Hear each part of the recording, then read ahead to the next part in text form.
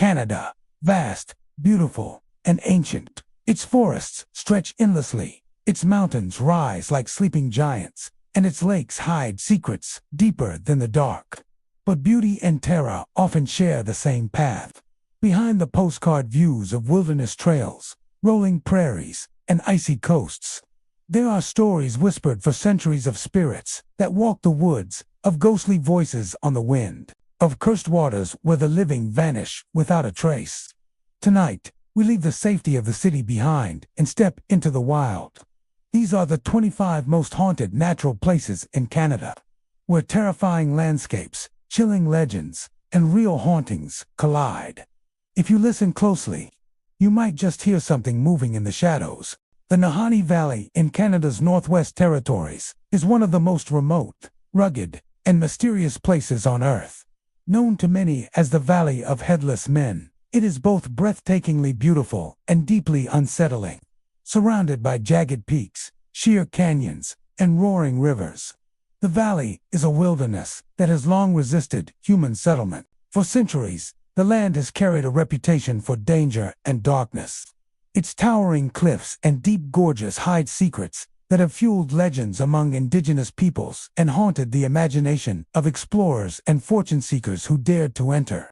Long before outsiders arrived, the Dean people who lived in the region told stories of powerful spirits that guarded the valley. They spoke of the Naka, the river of the land of the Naka people, a place where unseen forces lingered and where humans risked stirring powers beyond comprehension. Elders warned that the valley was not to be taken lightly. Whispers of malevolent entities, strange lights, and voices in the wind wove their way into cultural memory. For the Dean, the Nahanni was not just a landscape. It was a living force with its own will. In the early 20th century, these legends seemed to merge with grim reality. Prospectors and trappers, driven by the lure of gold, began venturing into the valley.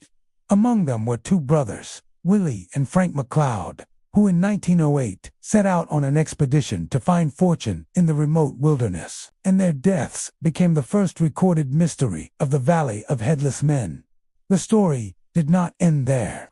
Over the following decades, more gruesome discoveries followed. In 1917, a prospector named Martin Jorgensen was found burned to death in his cabin. His head was also missing.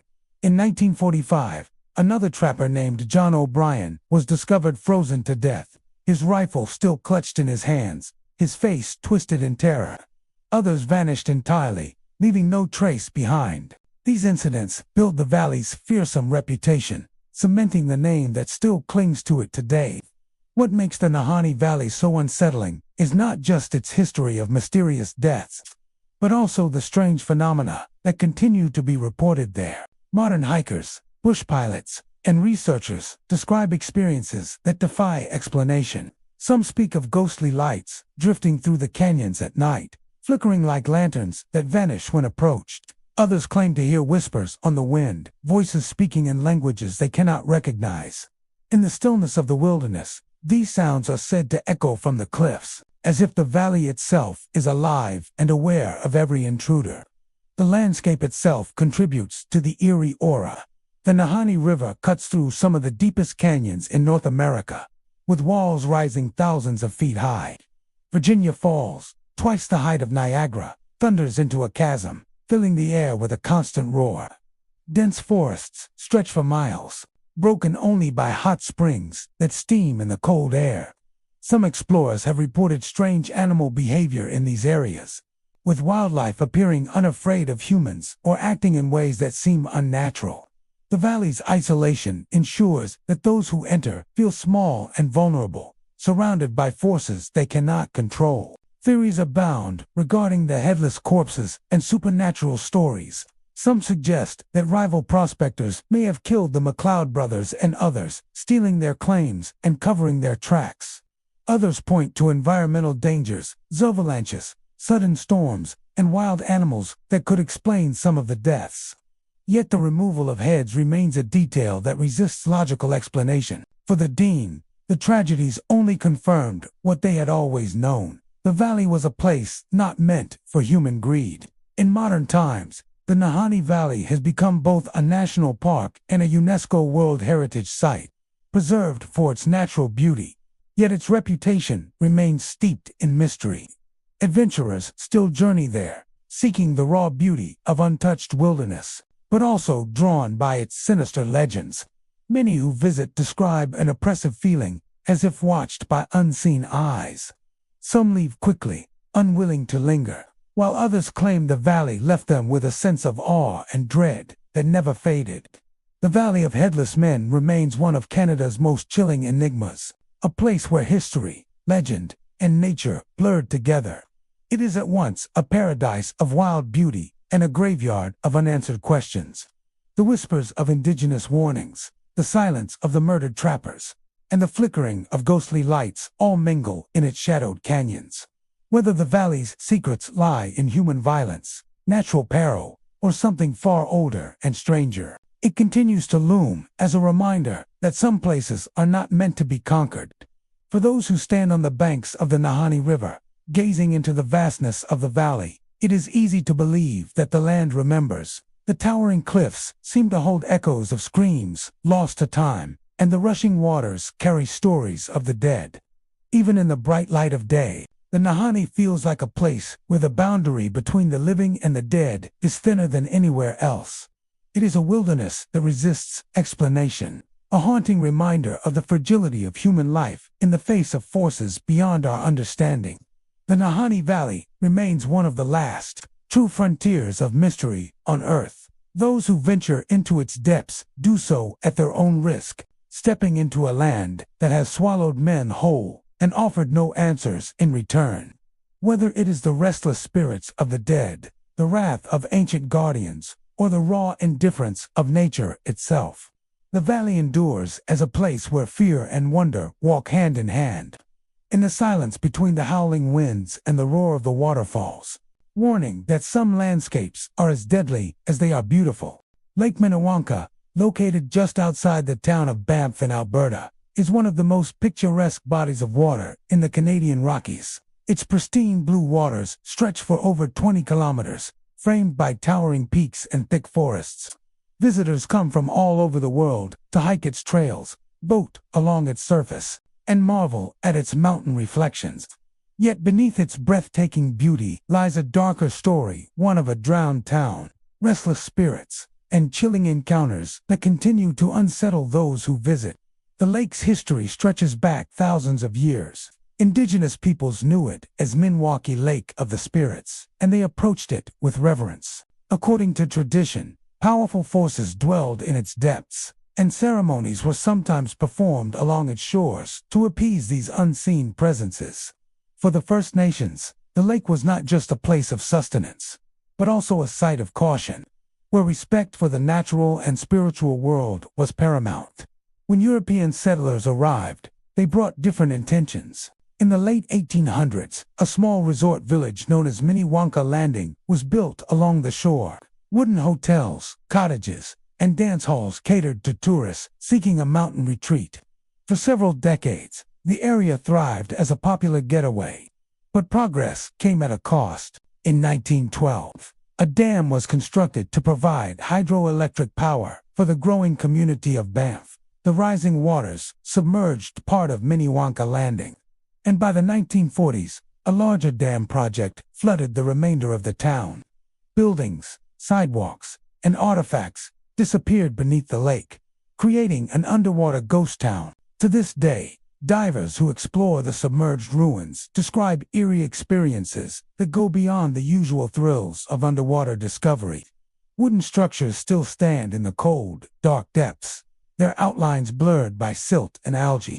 Old tools, bottles, and even furniture remain scattered across the lake bed. Divers often report the sensation of being watched as they swim among these relics. Some claim to have seen objects move of their own accord, tools shifting in the sand or doors creaking open in the water, as though touched by invisible hands. Others speak of shadowy figures drifting just out of reach, their forms dissolving when approached. The feeling of unease is not confined to the lake's depths. On shore, hikers and campers have long shared accounts of strange phenomena. Certain areas along the trails are said to grow inexplicably cold, even on warm summer days, as if a pocket of icy air lingers unnaturally. Visitors have reported hearing voices carried on the wind, whispers, laughter, or faint cries that vanish when investigated. Some describe the sound of footsteps following them, though no one else is present. There are also tales of the lake itself pulling at those who wander too close. Stories circulate of swimmers or boaters who suddenly found themselves struggling against powerful undercurrents, as though unseen hands were dragging them beneath the surface. While natural explanations can account for dangerous waters, locals and repeat visitors believe something more sinister may be at work. They say the spirits of those displaced by the flood door, perhaps entities far older, demand respect from anyone who ventures near. To ignore this respect is to risk being claimed by the lake. One of the most unsettling patterns comes from those who spend extended time near Lake Minnewanka. Visitors sometimes describe vivid dreams after camping by its shores. These dreams often involve drowning, ghostly figures rising from the water, or glimpses of the lost town still alive beneath the surface. In rare cases, people have awakened in the night to find themselves inexplicably drawn to the water's edge, compelled to step closer despite the darkness. Some interpret this as the lake calling out, luring the living toward its depths. The legend of Lake Minnewanka has grown in part because of its powerful juxtaposition. By day, it is a place of serene beauty, its turquoise waters glittering in the sun, its trails alive with wildlife. Families picnic along the shore, boats skim across the surface, and hikers pause to take in sweeping views of the Rockies. Yet beneath this calm exterior lies a drowned world, a reminder of lives uprooted and histories buried. The idea that a town still lingers below, frozen in time, lends an atmosphere of melancholy and mystery. Combined with reports of paranormal activity, the lake carries a weight that can be felt even by those unaware of its history. Some theorize that the restless energy comes from the trauma of the flood. The community of Minnewanka Landing was forced to abandon their homes, leaving behind possessions that now sit preserved in the icy depths. Perhaps, as the legend suggests, spirits remain bound to the place they once knew, unwilling or unable to let go. Others argue that the lake's indigenous name, Lake of the Spirits, reflects something far older, an acknowledgement of a presence that predates settlers, one that has always dwelled in the waters. Modern thrill-seekers continue to dive into Lake Minnewanka, exploring its ghost town with a mixture of awe and trepidation. For some, it is an exhilarating adventure, a chance to touch a piece of history sealed away by water. For others, it is an encounter with something far stranger, oppressive silence, a fleeting shadow, or a sense of being guided deeper than intended. Above the water, hikers, campers, and casual tourists may feel only the beauty of Banff's wilderness. But those who stay longer, who listen closely, often leave with stories of their own. Lake Minnewanka is both a jewel of the Rockies and a place of spectral presence. Its waters concealed history, mystery, and perhaps more than a few restless souls. Visitors come seeking beauty, but many leave with a lingering chill, a feeling that the lake has watched them as much as they have watched it. Whether the spirits below are those of drowned settlers, ancient guardians, or the timeless echoes of nature itself, one thing remains certain: the lake demands respect. Those who forget this may find themselves caught in its cold embrace, pulled down into the shadows where the ghost town sleeps and the whispers of the deep never fade. Peggy's Cove, nestled along the rugged coastline of Nova Scotia, is one of the most iconic and photographed locations in all of Canada. Its lighthouse, perched on a granite outcrop overlooking the vast Atlantic, has become a symbol of maritime heritage. Tourists flock to the village to walk among its fishing shacks, explore the granite cliffs, and watch waves crash against the rocks. But beneath the postcard-perfect image lies a place steeped in sorrow. The sea here has claimed countless lives, and stories of restless spirits linger in the salt air. Among the most enduring legends is that of the Lady in Blue, a ghost said to haunt the cliffs, her figure appearing in the mist before vanishing into the waves. The story of the Lady in Blue has been passed down for generations. According to local lore, she was a woman who once lived in the area, perhaps the wife of a fisherman. One version of the tale says she lost her husband and children when their boat was swallowed by the sea.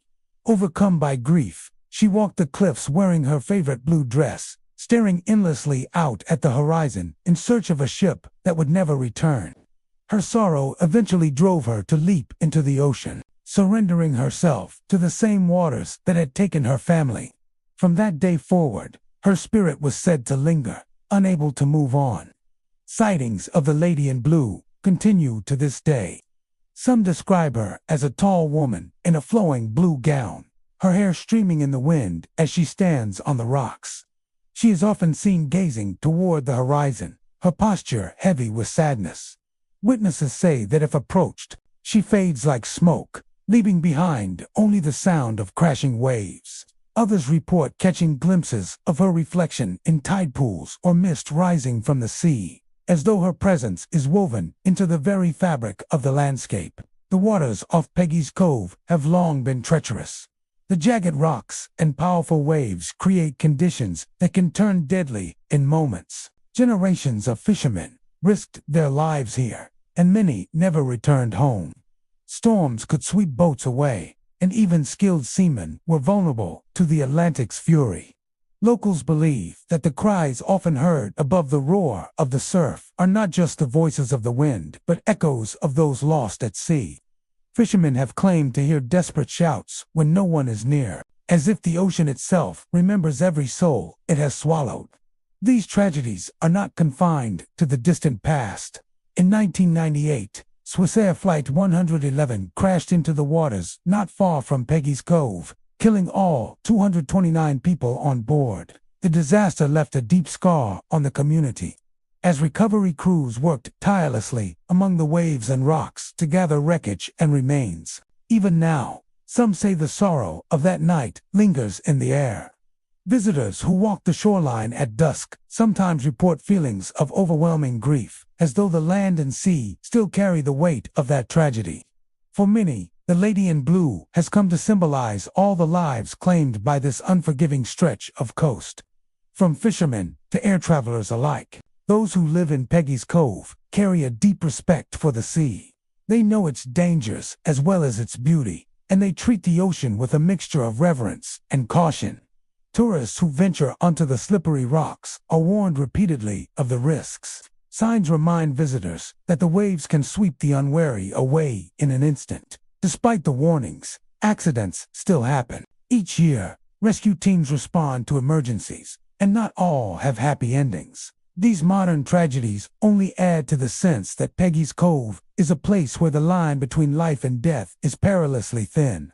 Paranormal investigators who have visited the area often describe Peggy's Cove as heavy with residual energy. Cold spots linger on the rocks even under the midday sun, and recording devices sometimes capture unexplained voices among the crashing surf. Locals speak of fishermen who, after long nights at sea, return with tales of phantom ships sailing silently across the horizon, their sails glowing faintly in the moonlight before disappearing into the fog. For some, these sightings are seen as omens, reminders that the sea gives as much as it takes. The Lady in Blue, however, remains the most enduring figure tied to the cove. Her story resonates because it speaks to universal themes of love, loss, and longing. Some say she appears to those who are themselves in grief, as if drawn to kindred souls. Others believe she serves as a warning to respect the ocean's power, a spectral guardian reminding visitors not to underestimate the waters. Whatever her purpose, her legend has become inseparable from Peggy's Cove, adding a haunting layer to its already dramatic beauty. Walking along the granite shore at sunset, it is easy to understand why such stories endure. The wind howls across the rocks, carrying with it the scent of salt and seaweed. The waves boom against the cliffs, sending spray high into the air. The lighthouse stands like a sentinel, its beacon sweeping across the darkening waters. In these moments, when the mist curls around the rocks and the ocean's voice seems louder than one's own thoughts, the presence of something otherworldly feels entirely possible. Peggy's Cove is a place of contradictions. It is a village of charm and color, with fishing boats bobbing in the harbor and lobster traps stacked along the docks. It is also a place of solemn remembrance, where the sea's beauty is inseparable from its danger. For visitors, the experience is unforgettably mixture of awe, peace, and a lingering sense of unease. The Lady in Blue ensures that Peggy's Cove is never just a scenic stop on a tourist map. It is a place where history, tragedy, and legend blend together. Those who visit leave with photographs of the lighthouse and memories of crashing waves. But many also carry something less tangible, a sense that they brushed against a mystery too old and deep to fully understand. Whether the Lady in Blue is a ghost, a symbol, or simply the embodiment of the sea's eternal grief, her story ensures that Peggy's Cove will always be more than a postcard image. It will remain a place where beauty and sorrow walk hand in hand, and where the Atlantic never lets go of the souls it has claimed. The Yukon River, stretching more than 3,000 kilometers through the wilderness of Canada and Alaska, has long been both a blessing and a curse to those who travel it.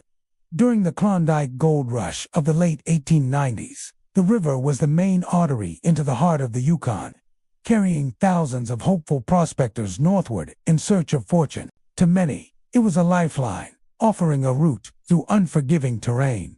But for countless others, it became a watery grave. Canoes overturned in the raging current, prospectors froze to death on its icy banks, and entire groups vanished without a trace. The Yukon River holds not only history but also mystery, its waters said to echo with the voices and laughter of those who never made it out alive. When the first wave of gold seekers rushed into the region in 1897, they quickly realized that the Yukon River was both their greatest ally and their fiercest enemy. To reach Dawson City, the epicenter of the Klondike Gold Rush, prospectors had to navigate hundreds of kilometers of river, often in small boats hastily built from green timber. The journey was treacherous. Rapids could tear apart a vessel in seconds, and shifting ice flows could crush anything in their path. Storms swept across the water without warning, capsizing boats and leaving miners to perish in the freezing current. The bodies of the unlucky were often never recovered, claimed by the river's depths. Stories spread quickly of entire expeditions that vanished. Groups of men were last seen loading their supplies onto rafts, only for their crafts to be found days later, empty and adrift. Others disappeared in the fog, their cries carried downstream until fading into silence. The Yukon became known as a river that could take as easily as it gave, swallowing lives while carrying survivors toward dreams of gold. Today, the river remains a place of haunting beauty. Its wide, silvery expanse winds through mountains and boreal forests, reflecting the endless summer sun or lying still beneath sheets of winter ice. Yet for those who venture onto its waters, there are reminders that the past has never fully faded. Travelers tell of phantom boats that glide silently against the current, their outlines faint but unmistakable in the mist.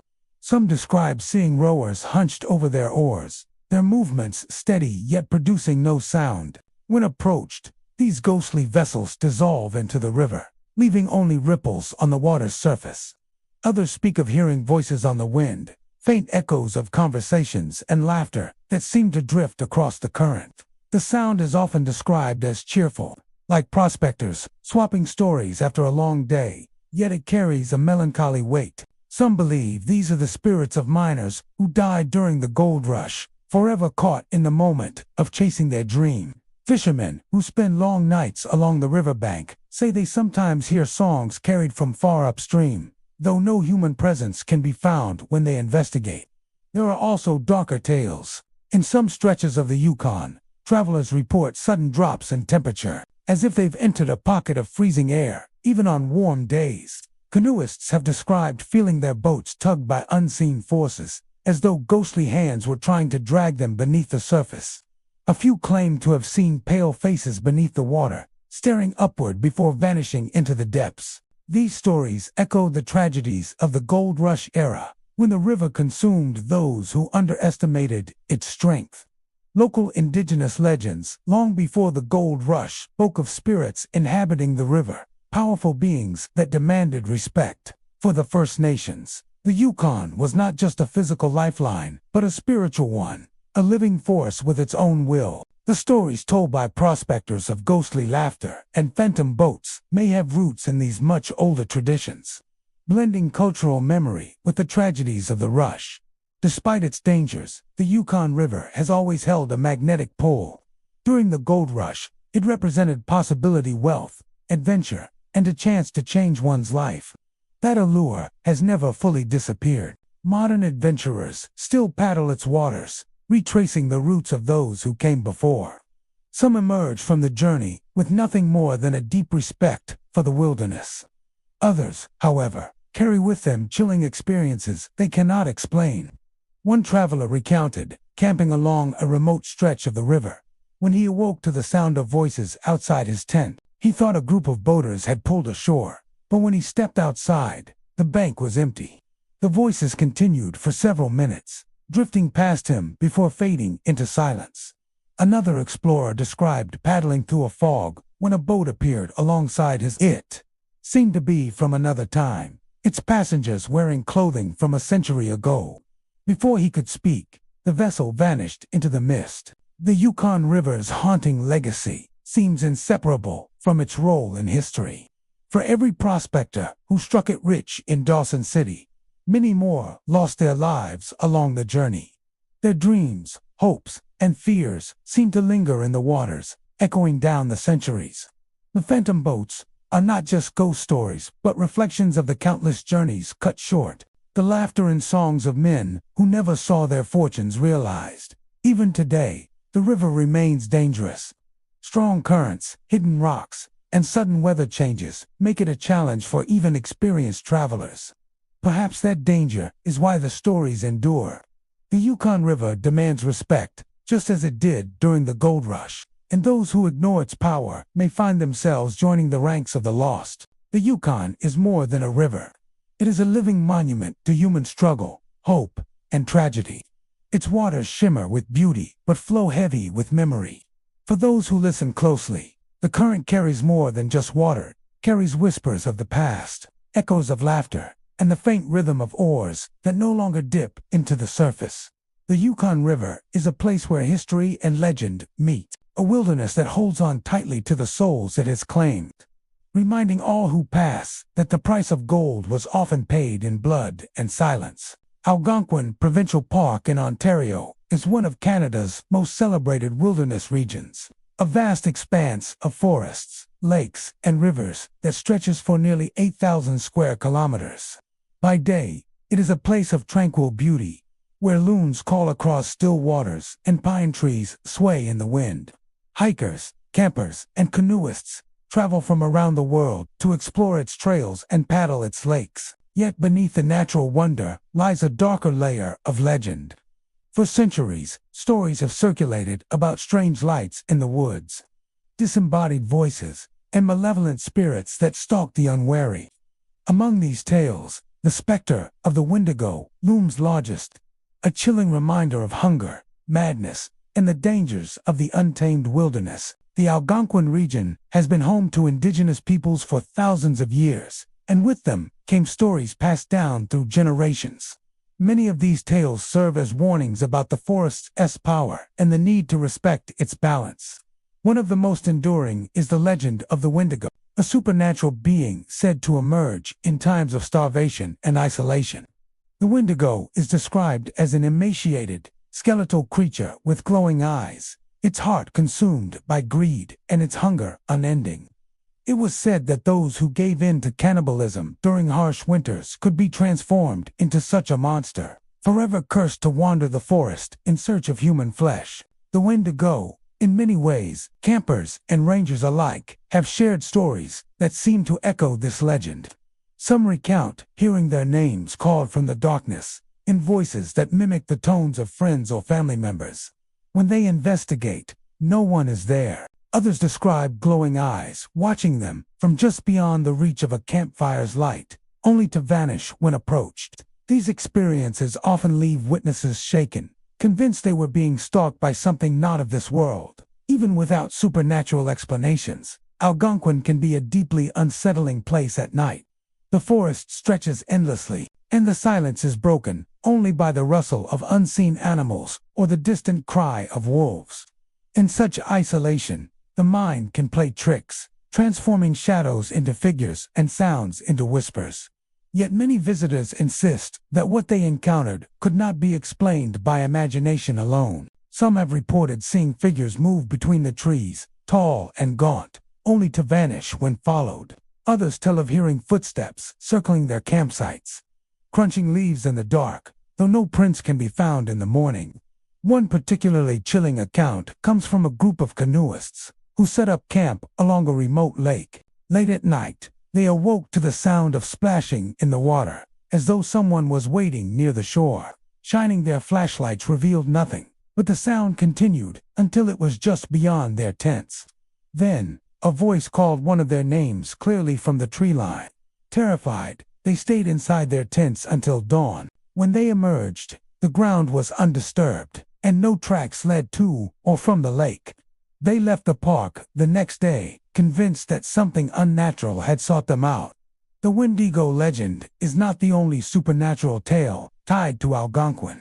Some visitors report strange lights floating through the trees, moving as if guided by an unseen hand. Unlike fireflies or lanterns, these orbs are often described as bluish or white, appearing suddenly and vanishing without a trace. Witnesses claim the lights seem to lead them off trails, deeper into the forest. Indigenous lore sometimes links these lights to spirits of the dead, guiding or misleading travelers, depending on their intent. There are also accounts of phantom animals in the park. Hunters and hikers have spoken of encountering massive moose or wolves that leave no tracks behind. One story tells of a canoeist who watched a wolf-like creature cross a narrow spit of land, its eyes glowing unnaturally. When he paddled closer, there were no paw prints in the mud, only the undisturbed shoreline. Such tales add to the sense that Algonquin is a place where the boundaries between the living world and the spirit world blur. The haunting atmosphere of Algonquin Park may stem from its very essence.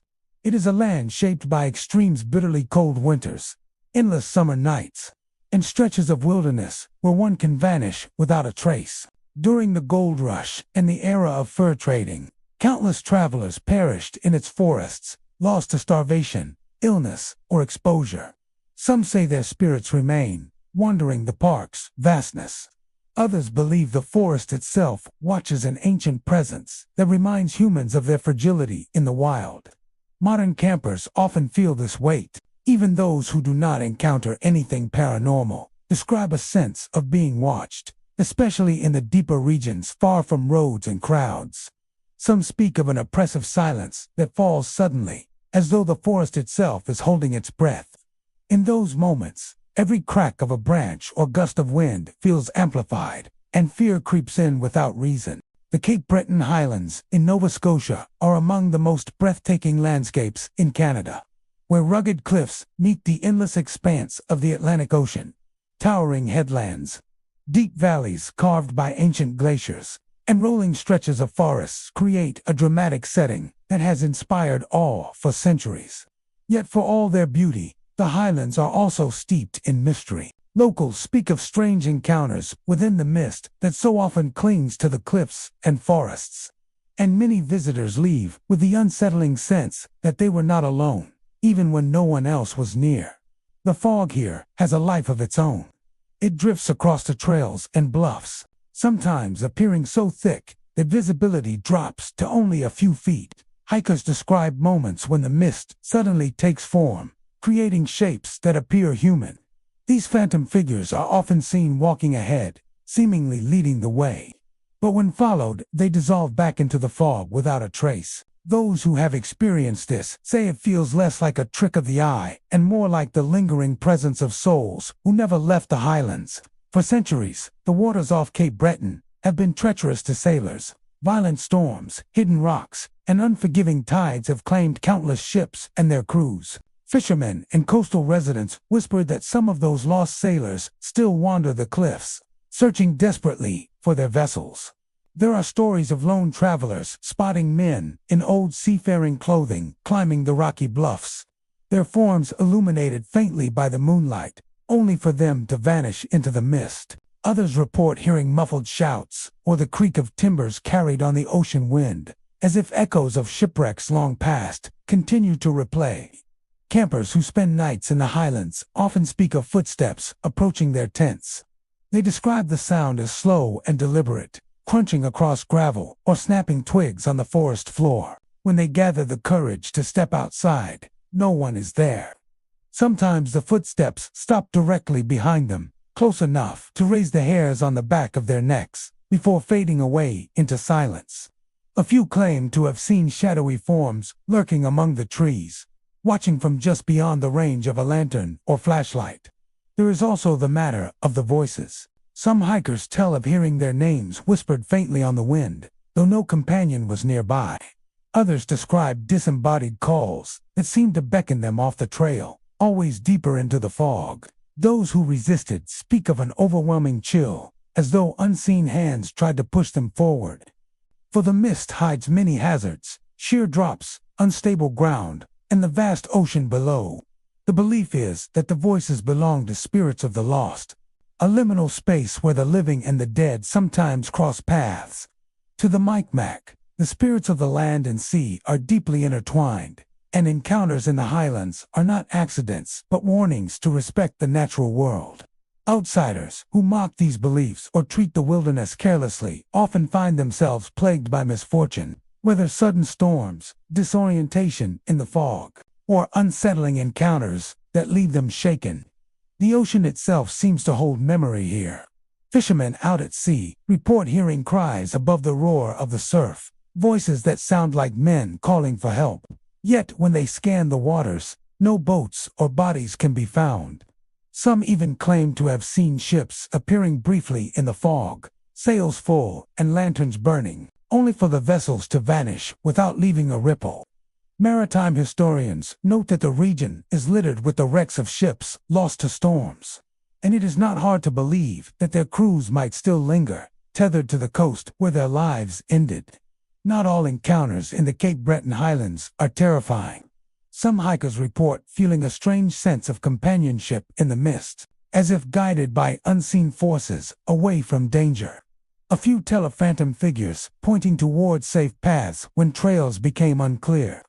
While many experiences inspire fear, others suggest that the spirits of the highlands can also be protectors, watching over those who walk respectfully through their territory. Still, the region's reputation as one of Canada's most haunted landscapes endures.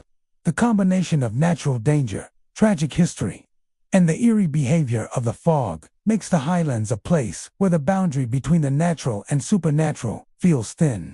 Whether it is the restless dead of shipwrecks, the spirits of the land, or simply the human mind struggling to interpret the shifting shadows of mist, the stories continue to grow. Travelers who venture into the Cape Breton Highlands often leave with more than just photographs of the dramatic scenery. Many carry with them the unsettling memory of shapes in the fog, footsteps with no source, or voices that seemed to know their names. The cliffs, forests, and seas here hold countless secrets, and for those who listen closely, the land speaks. Some say the highlands are not haunted in the traditional sense, but a live-in ancient presence that remembers every life lost along its rugged coast and every soul that has walked its trails. Haunted Lake in Saskatchewan is a place that seems to carry its own name as both warning and invitation. To call it haunted is not a modern invention, but a reflection of the deep and lasting stories that stretch back long before settlers arrived. Indigenous peoples spoke of the water as being alive with spirits, restless, protective, and unforgiving to those who dared disturb it. The name has endured because strange things still linger in its atmosphere, woven into the dark ripples of its waters and the whispering winds that sweep across the shoreline. The land around the lake is strikingly beautiful. The prairies give way to calm water, bordered by stretches of grass and trees that seem to stand guard over its secrets. But beauty is only one side of its nature. Campers and visitors quickly learn that when the sun sinks and shadows thicken, the lake transforms.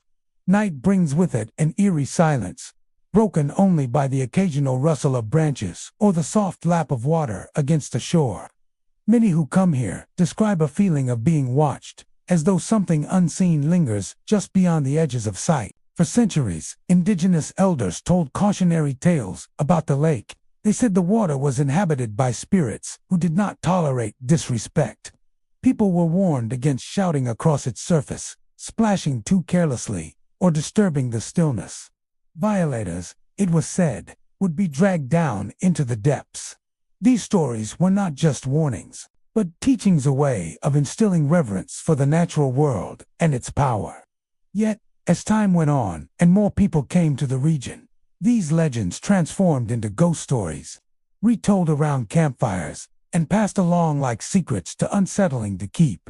Among the most common modern reports are sightings of glowing orbs. Campers say that, as the night deepens, strange lights begin to rise from the lake itself.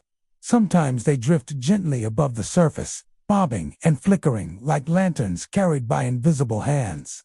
Other times, they appear to dart across the water, vanishing as suddenly as they came. To some, they are the spirits of those claimed by the lake, their energy refusing to rest. Others believe they are warning omens meant to keep travelers away from dangers lurking in the dark. Then there is the story of the spectral canoe. Dozens of witnesses over the years have claimed to see it gliding silently across the water. Its outline faint and ghostly, yet unmistakable. It carries shadowy figures that never speak, never move, never break their silence. The canoe drifts without oars, without sound, and disappears into the mist or melts back into the rippling water. Some say it belongs to a group of long-dead voyageurs, forever retracing their doomed journey. Others believe it is a vessel of spirits, ferrying souls from one world to the next. The atmosphere around the lake seems to heighten these encounters. Visitors often report sudden drops in temperature, even on warm summer nights. The air can grow so cold and heavy that breath comes out in pale clouds, while the rest of the camp remains unaffected.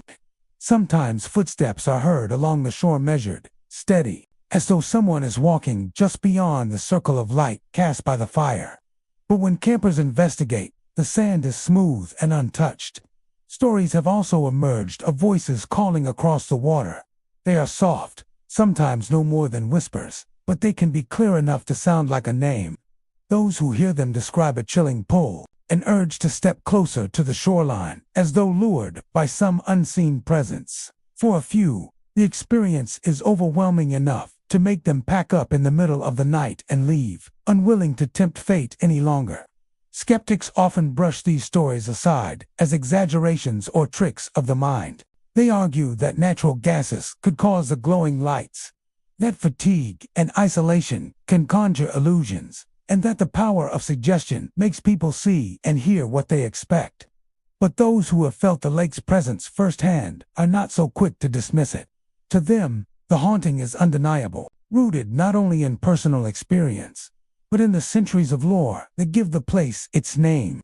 Even by daylight, Haunted Lake carries an aura of unease. Fishermen speak of sudden calm, when the wind stops and the water goes unnaturally still. Hikers recall seeing shapes in the treeline figures, too tall and too still to be ordinary shadows. And divers who have dared to explore its depths describe an oppressive darkness below, a sense of being enveloped by more than just water. Some claim to have seen tools or objects moving on their own, as though disturbed by invisible hands. The legends of Haunted Lake are not simple tales of ghosts, but echoes of something deeper, warnings that remind people to tread carefully in places where nature and spirit are intertwined. Whether one believes in restless souls, ancient guardians, or simply the power of human imagination, there is no denying the effect the lake has on those who visit. Its name endures because its stories endure, whispered around campfires and retold by those who swear they have seen the lights, heard the voices, or glimpsed the phantom canoe.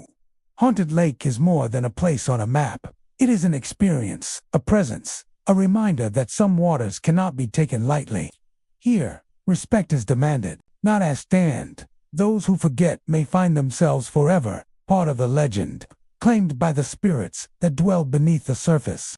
Niagara Gorge, Ontario, is a place that humbles anyone who visits it.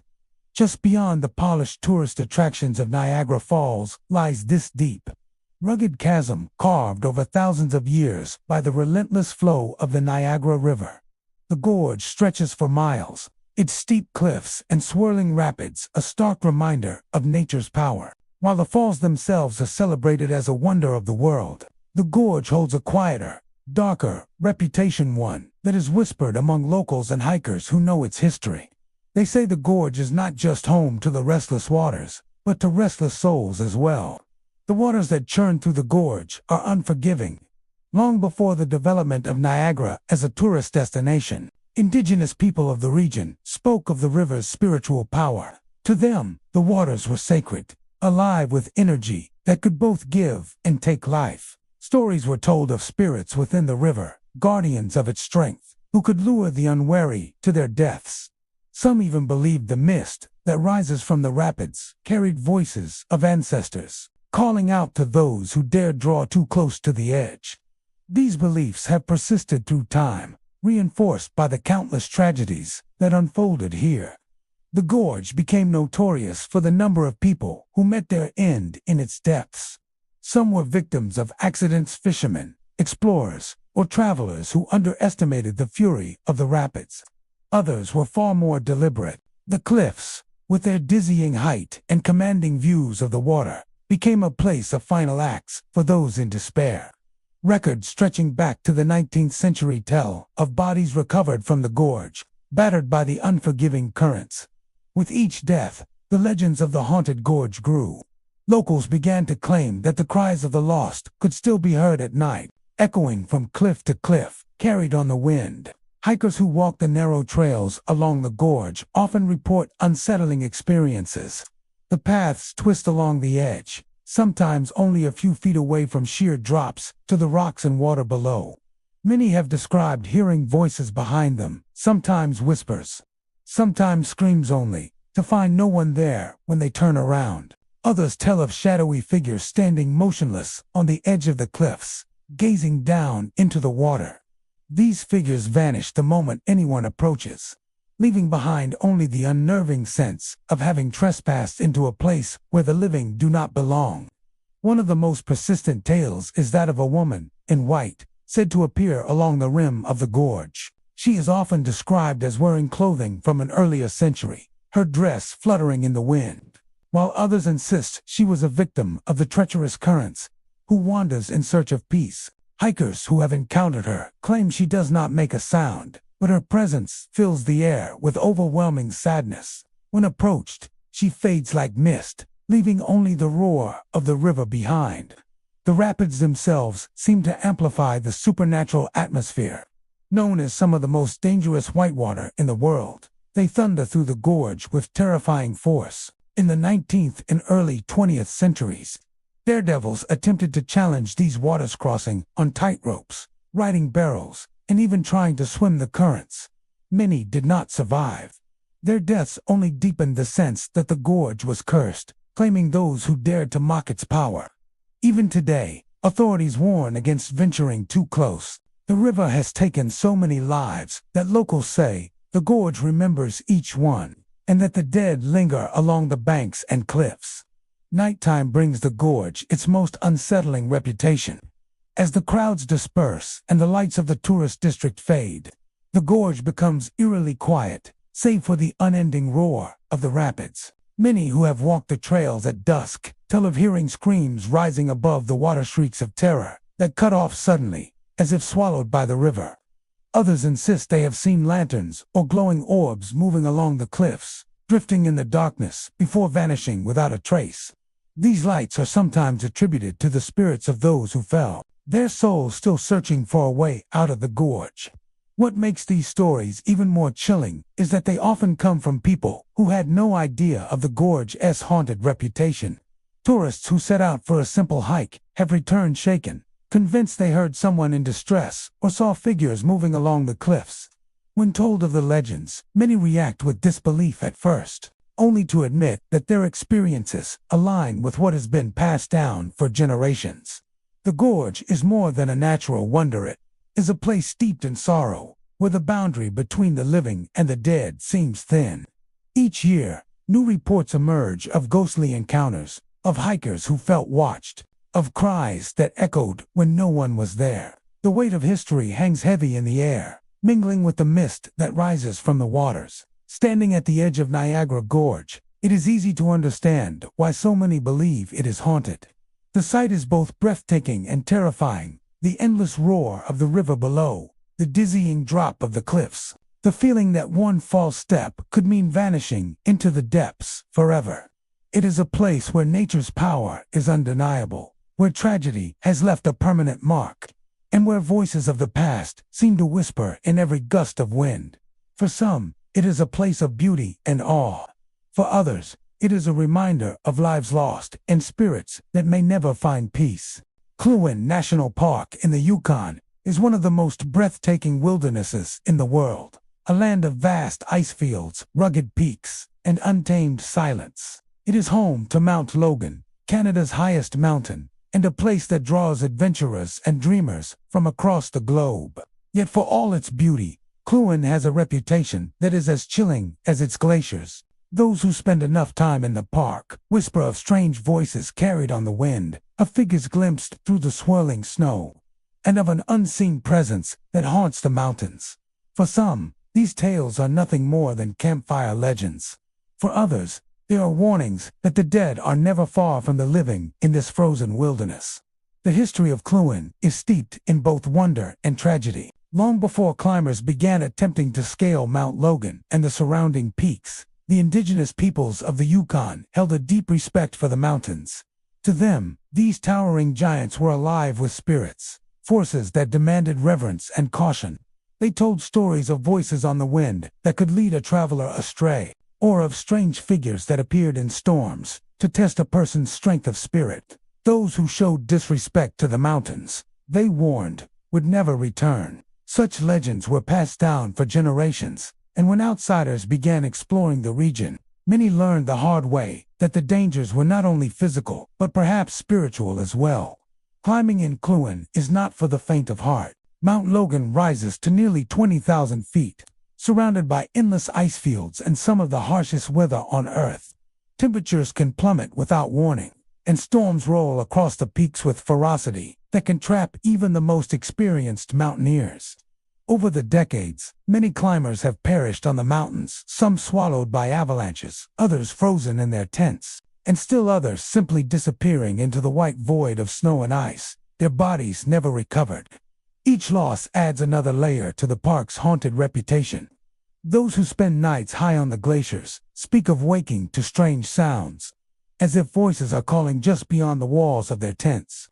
One of the most enduring legends of Kluin is the singing that drifts across the glaciers. Mountaineers have reported hearing it during the stillness of night or in the heart of a storm, an eerie, melodic tone that seems both human and inhuman. Sometimes it comes as a low hum, other times as a chorus of voices rising together.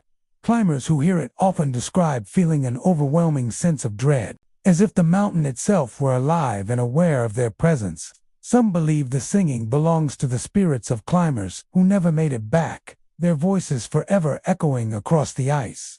Others wonder if the sound is a natural phenomenon, moving through crevasses, perhaps, or shifting ice, but even the most rational explanations cannot erase the sense of unease it brings.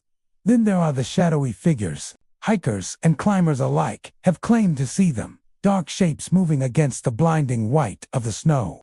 Silhouettes of people trudging across ridgelines or appearing suddenly in the middle of storms. These figures vanish as quickly as they appear, leaving no tracks in the snow. Some witnesses believe they are hallucinations brought on by exhaustion and thin air. Tricks of the mind in a hostile environment, yet the consistency of the reports is striking. Experienced mountaineers, trained to recognize the dangers of fatigue and altitude sickness, have sworn that the figures they saw were real, moving with purpose before fading into the storm. One account tells of a small group attempting to climb Logan in the 1980s, caught in a sudden whiteout. They huddled together, unsure of their next move. Out of the swirling snow, they claimed, a figure appeared, walking steadily uphill. Believing it to be another climber who knew the route, they tried to follow, but the figure vanished into the storm. When the sky cleared hours later, they found themselves precariously close to a deadly drop. Had they continued following the figure, they might have walked straight into the abyss. To this day, they wonder whether the presence was meant to lure them to their deaths or to warn them. Another chilling story comes from a pair of mountaineers in the 1990s who camped high on the King Trench route.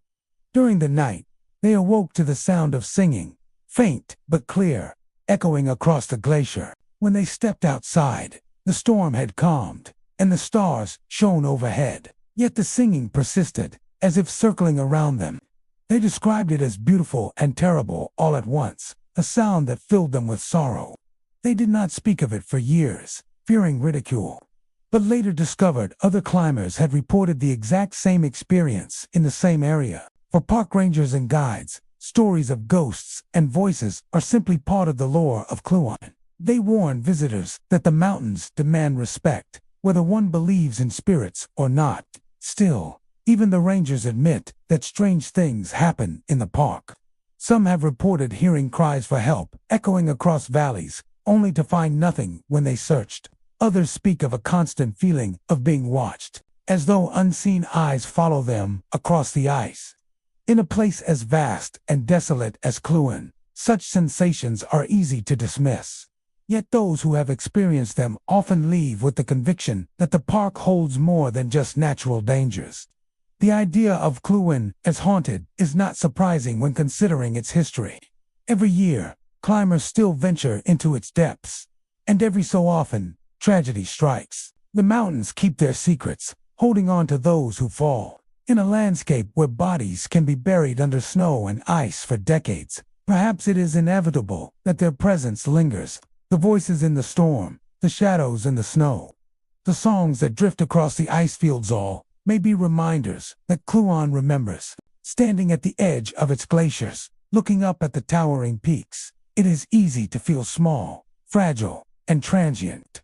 Kluane National Park is magnificent, but it is also feared. The stories of shadowy figures and ghostly singing are woven into its identity, whispered warnings to those who would challenge its heights. Whether one believes in spirits or not, the truth remains. Many entered those mountains and never returned. And in the howling wind and shifting ice, some say their voices can still be heard. Okanagan Lake, stretching over 135 kilometers through the heart of British Columbia, is a body of water that has long captivated the imagination. Its deep, cold waters hide mysteries that have been whispered about for generations. Most people know of Ogopogo, the lake's infamous cryptid, described as a long, serpentine creature with glistening, dark scales that sometimes breaks the surface in a terrifying display. Yet beyond these tales of a living monster, the lake is said to hold something older, something far more ghostly, lurking beneath its waves. For centuries, the indigenous Sioux people have recounted stories of spirits that dwell within Okanagan Lake. These were not the playful spirits of small lakeside stories, but powerful entities connected to the very waters themselves. According to legend, the lake's depths are a threshold between worlds, where the line between the living and the dead becomes blurred. Travelers and fishermen spoke of seeing pale, glowing shapes moving just beneath the water's surface forms that vanish when approached, leaving only a rippling disturbance and a feeling of unease. Local residents often recount strange experiences that defy rational explanation. Swimmers who venture too far from the shore after sunset describe sudden, cold brushes against their skin, as if unseen hands are tugging at them from below. Sometimes it is a fleeting touch, other times it is a more insistent pressure, enough to make even the most confident swimmer turn back toward land. One longtime resident, who asked not to be named, recalls swimming late at night with a friend. "We were joking about Ogopogo, trying to scare each other," she said. "Then I felt something grab my ankle. I kicked, and it was gone. But I know it wasn't just a fish. There's something down there, something that doesn't want to be disturbed." Fishermen, too, speak of eerie encounters. Nets have been torn apart without explanation, and boats sometimes rock as if struck by invisible forces. At night, many report seeing lights moving beneath the water, small, flickering glows that dart away when the boat approaches. Some suggest these are supernatural manifestations, perhaps the spirits of those who have drowned in the lake over the decades. Others speculate that they are related to Ogopogo, though the light's behavior seems distinctly intelligent, almost watchful. The history of Okanagan Lake is steeped in tragedy, which some believe adds to its haunting. The lake claimed countless lives during the region's early settlement period, from accidental drownings to unexplained disappearances. One well-known incident involved a group of young rowers who vanished during a sudden storm. Their boat found the next morning empty, drifting far from the shore. Over the years, similar stories have emerged. Swimmers who vanish without a trace, canoes found overturned with no sign of their occupants, and late-night fishermen who return with tales of shadows gliding beneath the water. Beyond the personal accounts, several paranormal investigators have explored Okanagan Lake, drawn by the tales of spectral activity. They report strange readings, unexplained fluctuations in electromagnetic fields near the water, and sudden drops in temperature around areas where ghostly shapes have been observed. Cameras left overnight capture unexplained movements and luminous forms below the surface, sometimes coalescing into shapes resembling humanoid figures or long, sinuous creatures. Audio equipment picks up faint singing, a low, echoing wail that rises and falls with the waves, sounding like voices calling from the depths. The lake's haunting extends beyond the water itself. Those who live along its shores often speak of hearing cries at night, especially during foggy evenings when the lake's surface is calm and glassy. Doors and windows in lakeside cabins are said to slam on their own, and pets sometimes react with terror to invisible presences. Several families have reported objects being moved or disappearing entirely, often coinciding with nights when the lake seems most alive with activity. One chilling pattern emerges in many accounts. The interactions with the lake often carry an unmistakable sense of intelligence. People describe the sensations as deliberate, as though something beneath the surface is aware of their presence and capable of influencing events above the water. In some cases, swimmers who felt the hands of unseen forces say they were guided back toward shore rather than harmed, as if the lake itself were enforcing a boundary. Other accounts are far more sinister, with people reporting near drownings, objects dragged beneath the water, or strange markings on the lake's shoreline appearing overnight. Tourists visiting Okanagan Lake are often warned by locals about venturing out alone at night. Stories of Ogopogo often overshadow these ghostly tales, but the warnings are eerily consistent. Respect the lake, do not provoke it, and beware of the cold, dark waters. Many who have experienced these phenomena describe a heavy, oppressive feeling, as though the lake is watching, waiting, remembering every intrusion. Despite its haunting reputation, Okanagan Lake remains a place of beauty and mystery. Sunsets over the water are breathtaking, and its crystal-clear depths reflect the surrounding mountains with perfect clarity.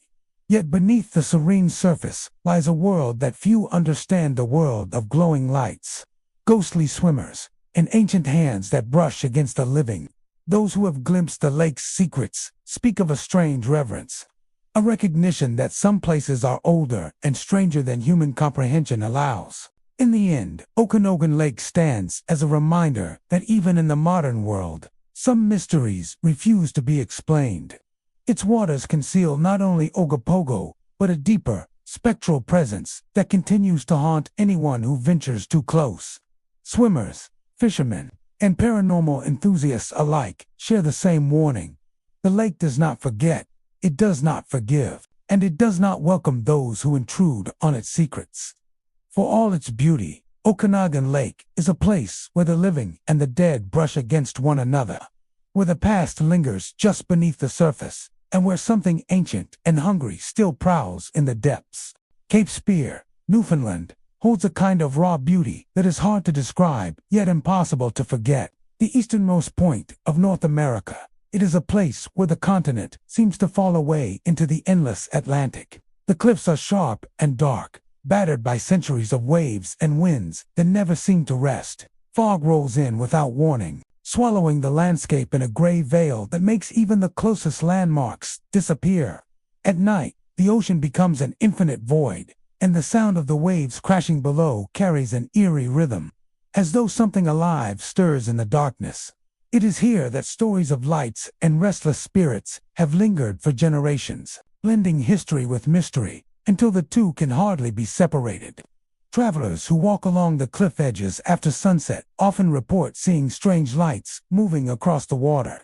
These are not the steady beams of passing ships, nor the quick flashes of airplanes above.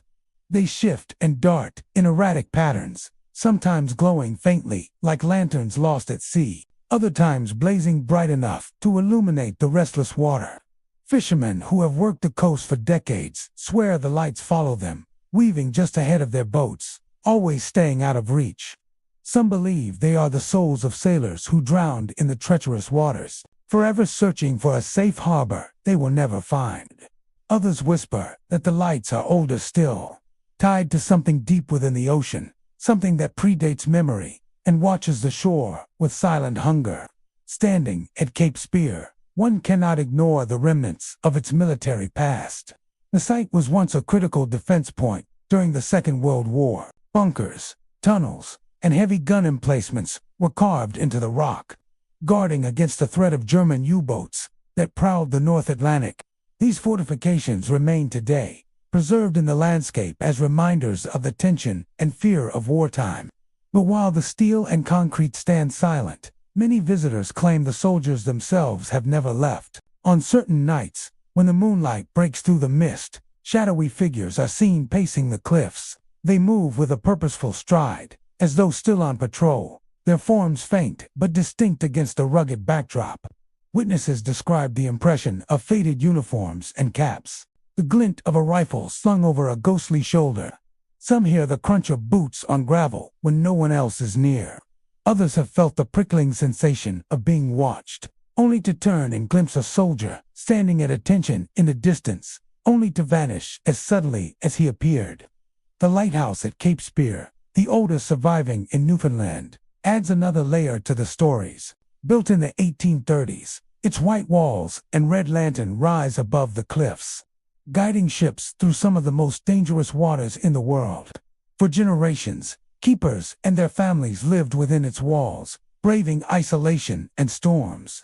Tales persist of strange noises within the structure, footsteps echoing on empty stairs, doors that open and close on their own, whispers that drift through the night air.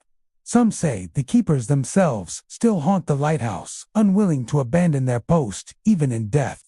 Others believe it is the sea itself that presses its presence into the building, reminding all who live there that Cape Spear is not a place easily tamed by human hands. The sea has always been both a provider and a destroyer in Newfoundland. And nowhere is this duality more sharply felt than at Cape Spear. The waters are rich with fish and have long sustained the communities along the coast. But they have also taken countless lives. Storms can rise suddenly, and the currents around the headlands are merciless. Families once stood at the cliffs, waiting for loved ones who never returned, staring out into the vastness as though sheer willpower could bring a ship safely home. The grief and longing of generations seem woven into the very air, giving Cape Spear a weight that is difficult to ignore.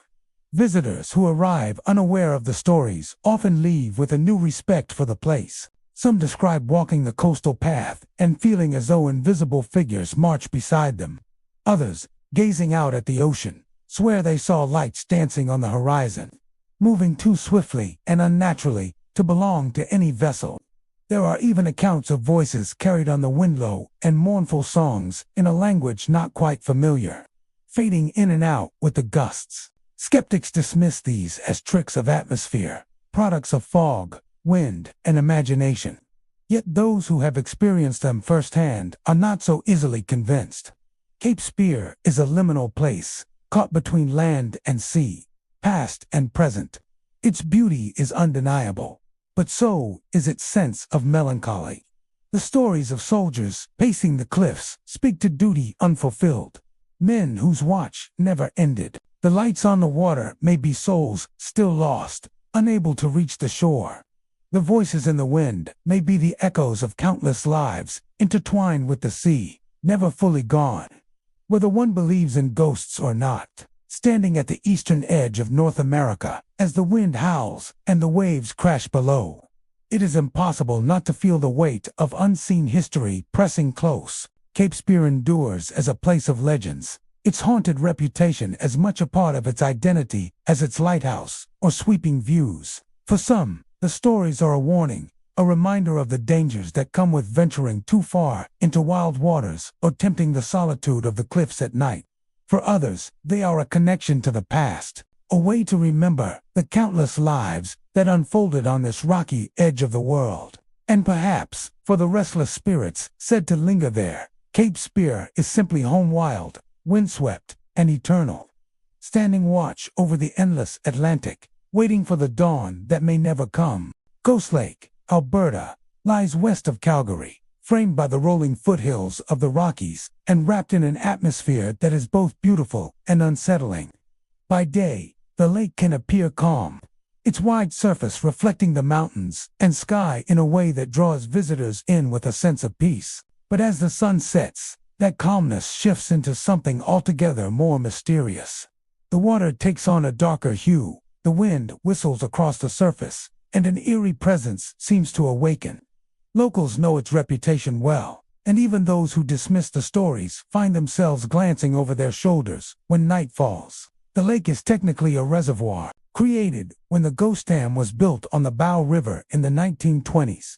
Its name, however, is much older, drawn from indigenous stories of the Stoney Nakoda people, who warned that the valley held a powerful spirit. Long before the dam flooded the land, this stretch of river was regarded with caution, believed to be inhabited by unseen forces that punished trespassers or those who showed disrespect. With the reservoir's creation, some say those spirits were disturbed, trapped, or angered, and the stories of strange occurrences only grew. Fishermen are among the most frequent witnesses to the lake's mysteries. Many describe hearing laughter echoing across the water, even when no one else is nearby. The sound is chilling, not the laughter of joy, but something mocking, cold, and distant. It carries over the waves in the stillness of dawn or the black silence of midnight. Some claim the sound seems to come from directly behind them, only to turn and find nothing but empty water. Others have reported hearing splashes as though someone had jumped into the lake, followed by shrieks of amusement. But when they look, the surface is calm and undisturbed. Equally unsettling are the accounts of figures standing on the lake itself. At first glance, these appear to be ordinary people, often described as shadowy silhouettes or pale forms hovering just above the waves. Witnesses say the figures do not move naturally. They drift, as though carried by an invisible current, or remain utterly still, watching. When boats approach, the figures vanish instantly, sometimes with a ripple that suggests they've sunk beneath the surface. A handful of fishermen insist they saw one of these forms up close, a man in old-fashioned clothing, soaked and dripping, standing knee-deep on the water, as though the lake itself held him. He looked at them with hollow eyes before collapsing back into the depths. Those who camp near the lake or walk along its shores at night tell of another unnerving phenomenon: glowing eyes watching from the darkness. At first, these eyes might be mistaken for animals, wolves, coyotes, or deer. But witnesses swear the eyes are set too high, or in places where no animal could be. They burn with an unnatural glow, often a pale yellow or an unearthly red, and blink slowly, deliberately, as though aware of being seen. Some campers have fled after feeling those eyes follow them, moving along the tree line as if pacing their every step. Strangely, tracks are never found the next morning, and dogs refuse to go near the places where the eyes appeared. The waters themselves carry a reputation for danger. Ghost Lake is known for sudden, violent winds that can whip up without warning, capsizing boats or dragging swimmers far from shore. These winds are often accompanied by accounts of voices calling from the water. Survivors have said that while struggling to stay afloat, they heard someone calling their name or urging them to let go and rest. To some, it is a trick of exhaustion, but others believe it is the lake itself luring victims into its depths.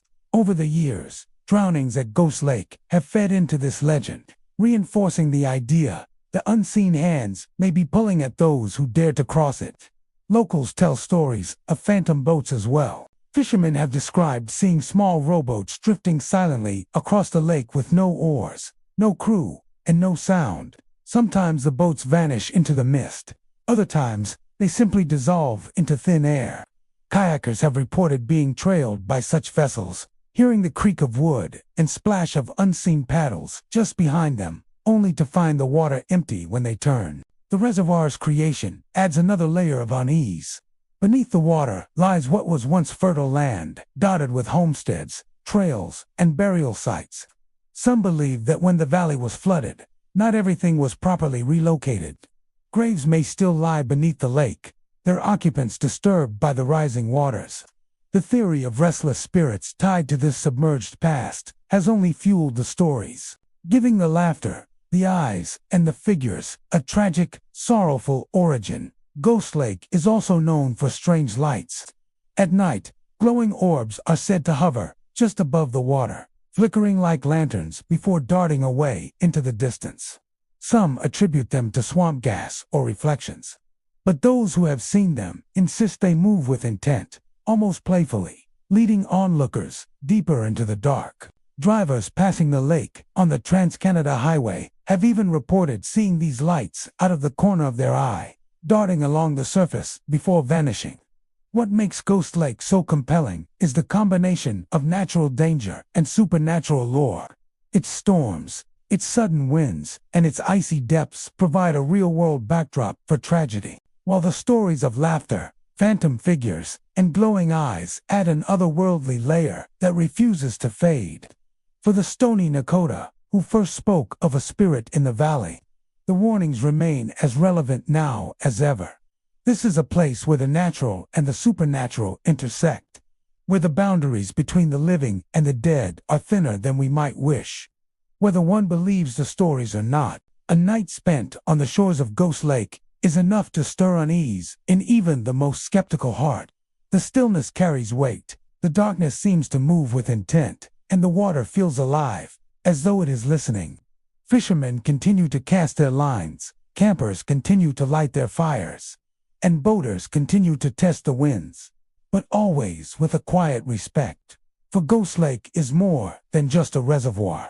It is a place of memory, mystery, and fear, where the living and the dead share the same restless waters, and where the laughter that drifts across the surface may not come from anything human at all. The Fraser Canyon in British Columbia is one of the most striking landscapes in Canada. A rugged stretch where the mighty Fraser River carves its way through steep rock walls and treacherous terrain. Towering cliffs rise above rushing water, and the roar of the river echoes endlessly, a constant reminder of its raw power. The canyon is a place of immense natural beauty, but it is also one of danger. For centuries, it has claimed the lives of miners, loggers, travelers, and explorers, leaving behind an air of tragedy that clings to its cliffs like mist. To this day, locals and visitors alike speak of unsettling encounters within the canyon, convinced that the land is more than just wild, it is haunted. The dangers of the Fraser Canyon are well documented. Landslides, rockfalls, and floods have plagued those who attempted to make their way through. During the gold rush of the mid-1800s, countless miners passed through the canyon, chasing dreams of fortune in the interior of British Columbia. The trails were perilous, and many never made it to their destination. Horses stumbled on narrow paths, wagons overturned into the river, and men were buried under sudden cascades of stone. Loggers who worked the dense forests on the canyon's slopes faced their own deadly hazards, from falling trees to equipment mishaps. The construction of the Canadian Pacific Railway in the late 19th century added to the body count, as workers blasted tunnels through unforgiving rock, often at the cost of their lives. The accumulation of so much death has fed the canyon's reputation as a cursed place. Those who live nearby describe strange occurrences that cannot be explained by wind, water, or wildlife. Shadowy figures are often reported along the canyon's edge, glimpsed just long enough to send shivers down the spine before vanishing into thin air. Travelers on the winding roads sometimes see what appears to be a lone hiker or miner standing dangerously close to the drop. only for the figure to dissolve as headlights approach. Some even claim to have stopped their vehicles, fearing someone was in trouble, only to find the roadside empty and silent except for the rushing river below. One of the most unsettling phenomena involves the sound of rocks tumbling where no one is climbing. Visitors hiking the trails have reported hearing stones dislodged above them, the unmistakable sound of gravel shifting and cascading down the cliffside. Yet when they look, there is no sign of movement, no animal to explain it. Locals believe these phantom rockfalls are echoes of past accidents, the land itself replaying its tragedies. For those who know the canyon's history, the sound is less a natural occurrence and more a reminder that countless lives have ended beneath its cliffs. There are also reports of voices carried on the wind. Some describe them as distant cries for help, echoing faintly through the roar of the river. Others hear murmurs in languages they cannot recognize, drifting from the canyon walls as if the rock itself is speaking. Indigenous communities long held the belief that the Fraser Canyon was a place of spiritual significance, where the boundary between the living and the dead was thin. For them, the voices are not illusions but the lingering presence of those who passed before, bound to the land by the violence of their deaths. The canyon's haunted reputation extends to its waterways as well. The Fraser River, powerful and relentless, has claimed innumerable victims. Rafts have overturned, boats have been dashed against rocks, and swimmers have been pulled under by the current. Some who survived near drownings insist they felt something more than water dragging them down, hands clutching at their ankles, unseen arms wrapping around them, pulling them deeper. Fishermen at dawn have described seeing pale faces beneath the surface, staring upward before fading into the depths. These accounts feed the belief that the river is not merely a force of nature, but a collector of souls, unwilling to let go once it has taken. Railway workers, ghosts, are also said to linger in the tunnels and along the tracks that cling to the canyon walls. Built at great human cost, the railway saw explosions, collapses, and fatal accidents that left many men buried where they fell. Today, those who walk near the old tunnels report footsteps echoing behind them, or the faint smell of smoke and sweat, as though workers are still laboring in the dark. On misty nights, some have claimed to see lanterns bobbing along the tracks, swaying in the hands of men who never returned home. Perhaps the most chilling aspect of the Fraser Canyon's stories is the belief that the land itself is cursed. The sheer number of tragedies seems too great to be coincidence, and many suspect something darker is at work. Indigenous legends speak of spirits tied to the rocks and river, guardians that punish disrespect or greed. Some say the canyon resents intrusion, resisting the endless attempts of humans to carve paths through it. Every road, every railway, every dam has been marked by accidents and deaths, as if the land demands payment for every change forced upon it. Skeptics argue that the canyon's dangers are natural, the result of unstable geology, unpredictable weather, and the risks of working in remote wilderness. Yet even they admit that the stories have a power of their own. The Fraser Canyon is a place where history feels alive, where the line between memory and ghostly presence blurs. Whether one believes in spirits or not, the weight of the past presses heavily on anyone who stands at the river's edge, listening to the endless roar. Visitors who travel through the canyon often leave with a lingering sense of unease. The beauty is undeniable: towering cliffs, roaring waters, and vistas that stretch endlessly, but so is the feeling that unseen eyes are watching. Every shadow could be more than just a trick of the light, every echo more than just stone and air. The Fraser Canyon endures as both a marvel and a menace, a place where the scars of history are carved into the rock, and where the restless dead may still walk the cliffs, forever bound to the land that claimed them. Near the quiet town of St. Louis, Saskatchewan, a strange and unsettling phenomenon has puzzled locals and visitors for generations. Along the stretch of abandoned railway, just outside the community, a mysterious light appears at night, moving along the old tracks that have not carried a train in decades. It comes without warning, glowing brightly against the prairie darkness, shifting in size and color as though alive. Some describe it as a distant headlamp approaching, others as a swaying lantern, and a few even claim it splits into two lights, mimicking the eyes of something watching. Whatever its form, it has become known as the St. Louis Ghost Train, one of the province's most enduring supernatural legends. The railway itself has been gone for years, dismantled after it was no longer in use, leaving only faint impressions of where the tracks once lay. Yet the light continues to appear in the same place, following the ghostly path of the vanished line. For those who witness it, the effect is deeply unnerving. Some see it far in the distance, growing steadily larger as if an actual train were racing toward them, only to have it fade before ever arriving. Others experience it up close, a glowing ball that hovers just beyond reach before vanishing into the night. Many of the stories tie the light to a railway accident said to have taken place long ago. According to legend, a brakeman was working the line one night when tragedy struck. In the chaos of the dark, he was decapitated, his body left lifeless on the tracks, while his head was never recovered. Locals believe the ghostly light is his lantern, carried still by the spirit of the brakeman as he searches for his missing head. The swaying, searching quality of the light seems to fit this explanation, and those who stand quietly by the railway bed sometimes say they can almost imagine the faint outline of a man moving with it, locked in his eternal search. Others interpret the phenomenon differently, claiming that what appears is not a lantern but the spectral headlamp of the train itself. They believe the accident imprinted the tragedy upon the land, and the train now replays its final moments again and again.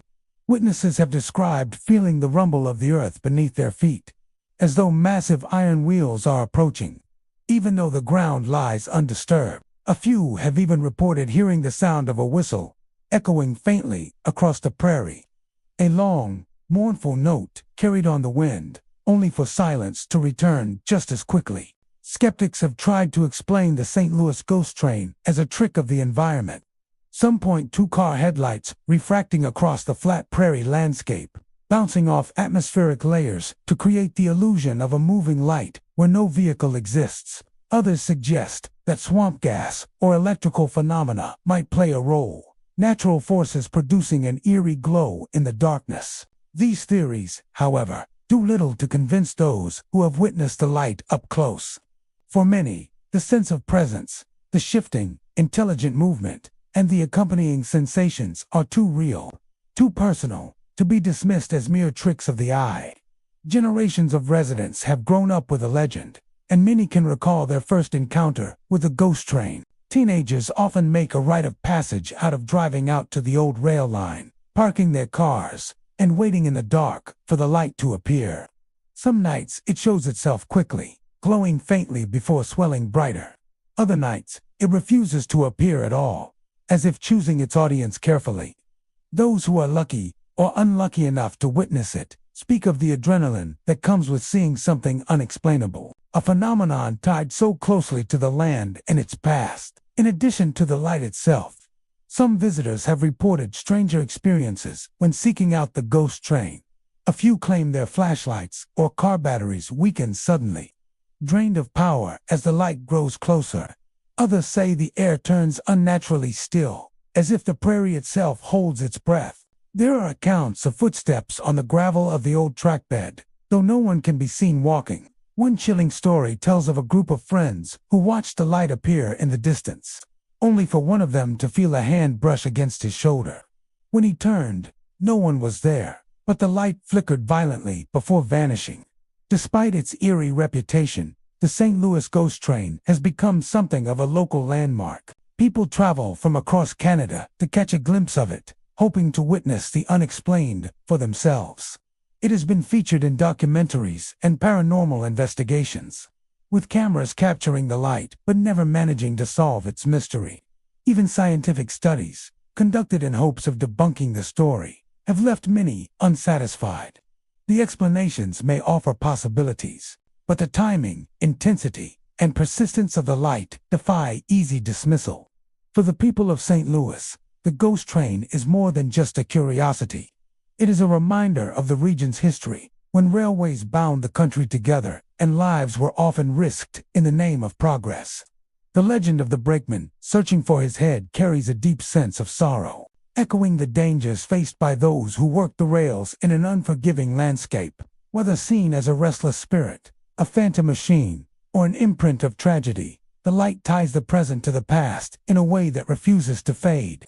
Standing on the edge of the abandoned line on a quiet night, with the prairie stretching endlessly in all directions, it is easy to understand why the story endures. The silence is vast, broken only by the rustle of grass and the distant cry of night birds. Then, without warning, a glow stirs at the horizon, moving with steady purpose along the invisible tracks. It sways, it shifts, it grows brighter, and for a moment it feels as though the train is truly returning, pulled back from another time. And then, just as suddenly, it disappears, leaving only darkness and the question of what has just been witnessed. The St. Louis ghost train remains one of Saskatchewan's most famous and enduring mysteries. It draws the curious, the skeptical, and the believers alike, offering each a chance to confront the unexplained. For some, it is nothing more than headlights or atmosphere.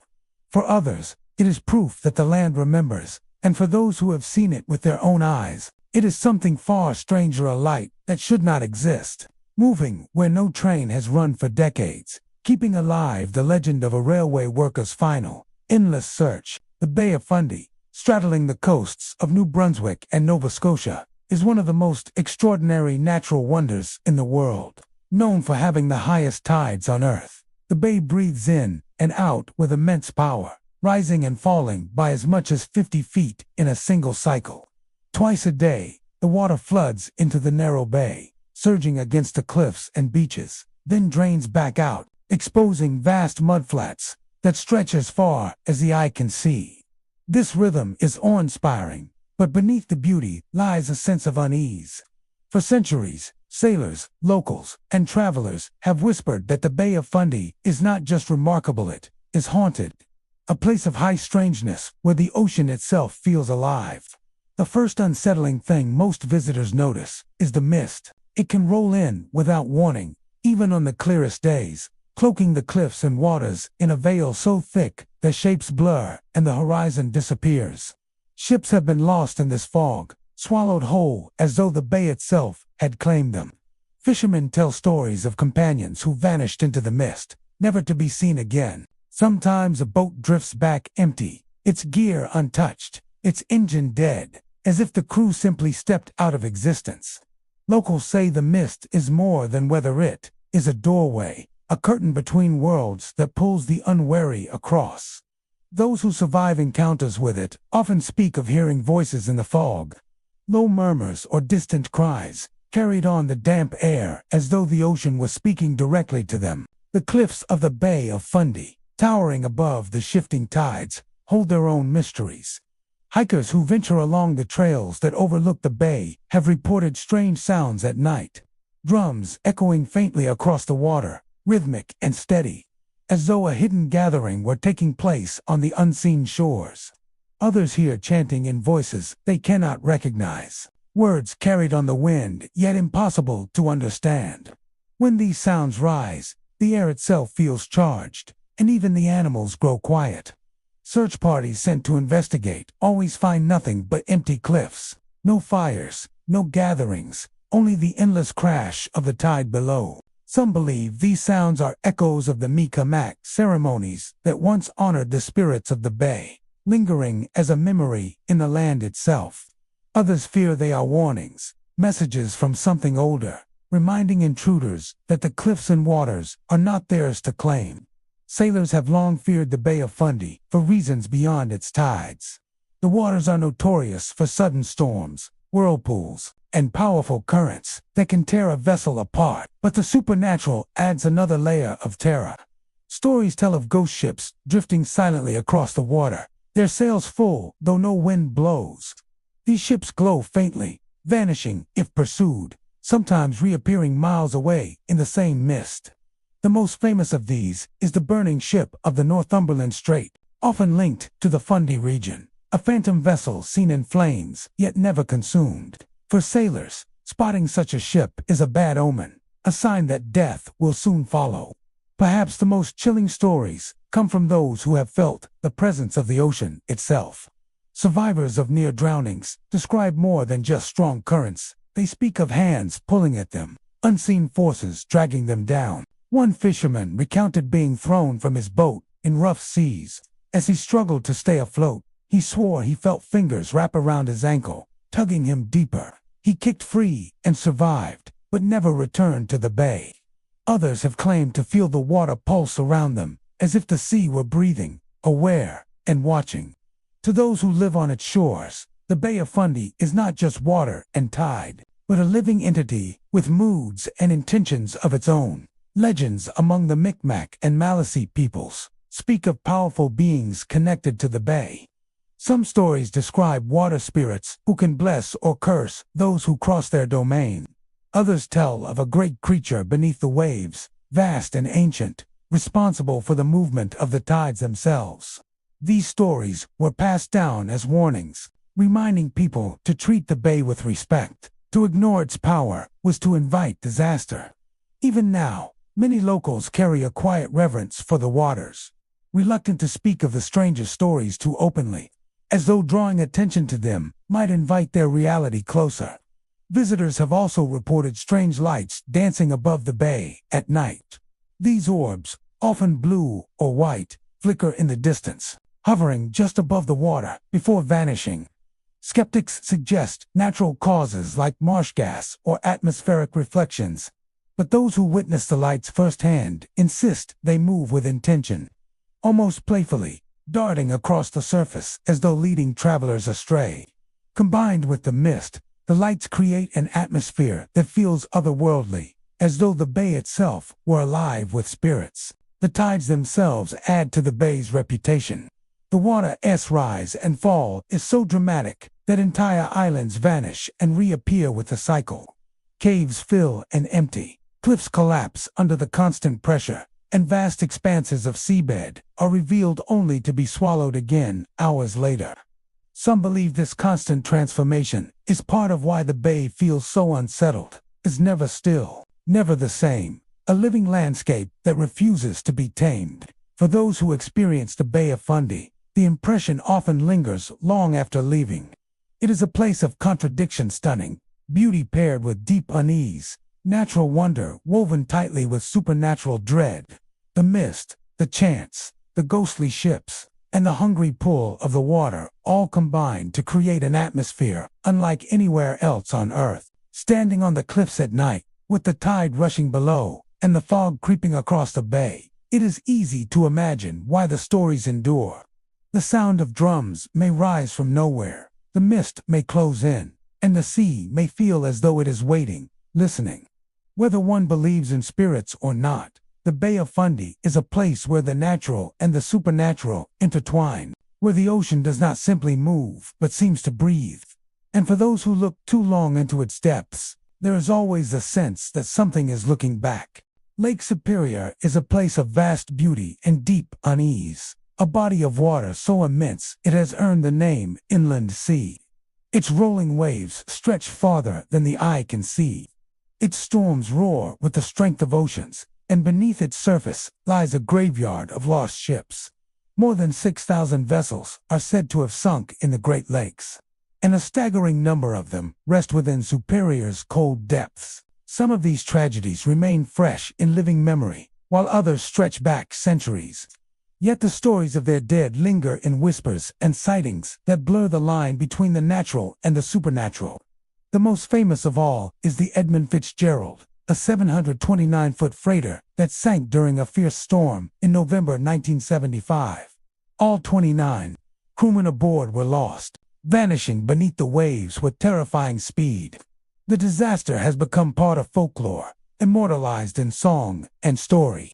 But many who live along Superior's shores insist the tragedy didn't end that night. Sailors claim that in the throes of violent storms, they've glimpsed a phantom freighter rising from the dark waters, its deck lights flickering through sheets of rain. Its silhouette looms for only a moment before it dissolves back into the mist, leaving behind an uneasy silence and the lingering feeling of being watched. Some fishermen say they've even heard the desperate toll of a ship's bell cutting through the howling wind, as though the Edmund Fitzgerald is still calling for help it will never receive. The Edmund Fitzgerald is not alone. Many ghost ships have been reported over the decades. One recurring tale speaks of a schooner that appears in the twilight hours. It sails full, though no wind is present. Its crew stands rigid and silent, staring blankly ahead.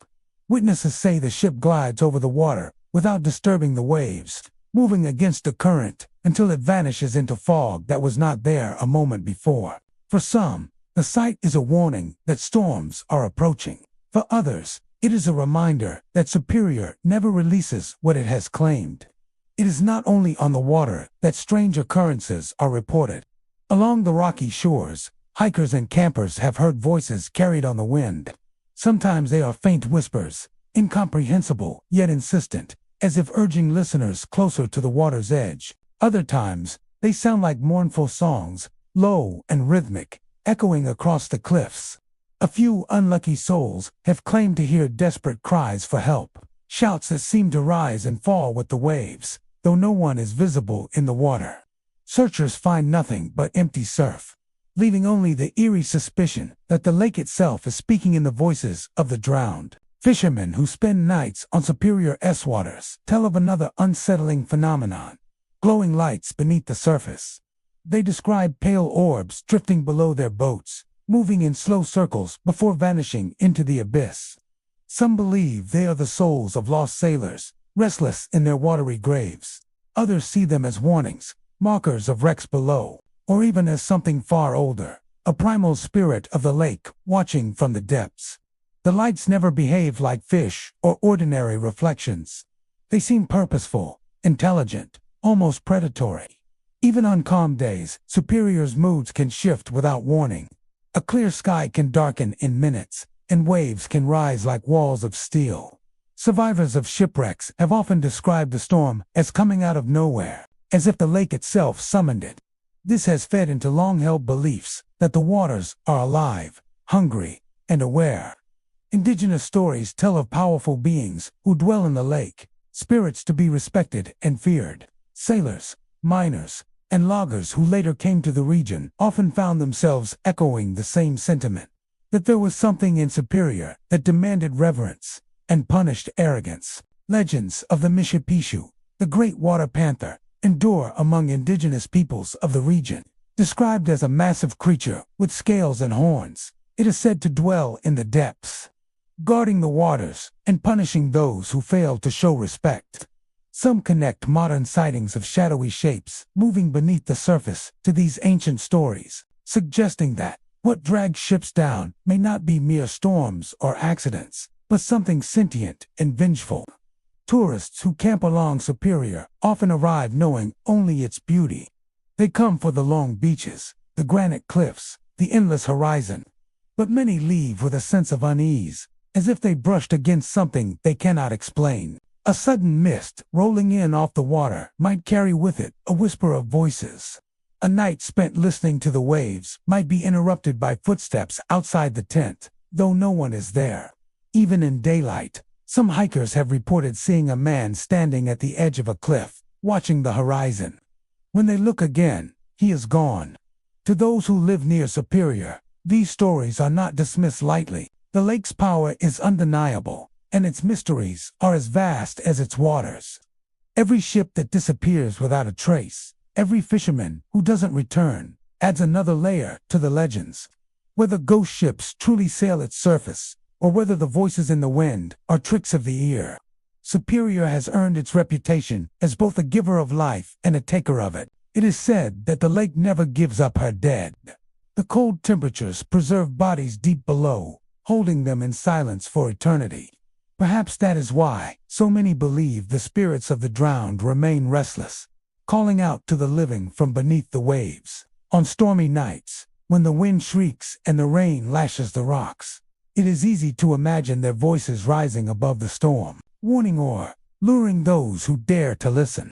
Lake Superior is more than water and waves.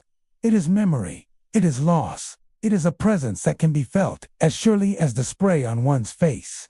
Those who cross it know they are at the mercy of something far greater than themselves. And those who hear the whispers or glimpse the shadow of a ship where no ship should be, come away knowing one truth above all: Lake Superior remembers, and it never forgets. The Canadian Rockies, stretching across Banff and Jasper, are a place of breathtaking beauty, but they are also a realm of quiet danger and lingering mystery. Snow-capped peaks rise sharply against the sky, glaciers cling to rugged cliffs, and rivers tumble through narrow valleys in a thunderous rush. By day, hikers and tourists marvel at the sweeping vistas and pristine wilderness. But as twilight falls, the mountains take on a different character, one that has inspired fear and awe for generations. Trails that seem safe by daylight can feel ominous as shadows lengthen, and the Rockies have claimed countless lives over the centuries. Disappearance is one of the most persistent legends of these mountains. Hikers, climbers, and even experienced guides have vanished without a trace. Some are swallowed by sudden avalanches, others by hidden crevices or treacherous glaciers. Yet some vanish so completely that search parties find no evidence at all, no tracks, no gear, nothing to indicate where they went. Locals whisper that the mountains do not simply cause accidents, they demand respect and occasionally payment. Those who fail to honor their magnitude may be taken, left to become part of the silence that blankets the peaks. Ghostly figures are a common theme in the Rockies' legends. At twilight, when the sun dips low and shadows stretch across the ridges, hikers have reported seeing people walking along the trails who vanish when approached. Some appear to be fellow hikers, dressed in outdated clothing from decades past, their faces pale and eyes downcast. Others are darker shapes, silhouettes that move deliberately along the cliffs, as if patrolling a boundary only they can see. These figures are rarely aggressive, but their presence carries an unshakable sense of unease. Travelers report a chill in the air, the feeling of being observed, as though the mountains themselves are aware of every step taken along their slopes. Climbers, in particular, have told stories of voices carried by the wind. On high ridges and near the edge of sheer drops, they sometimes hear whispers urging them forward, coaxing them toward danger. At first, it may sound like a companion calling from below, but the voices soon become insistent, compelling.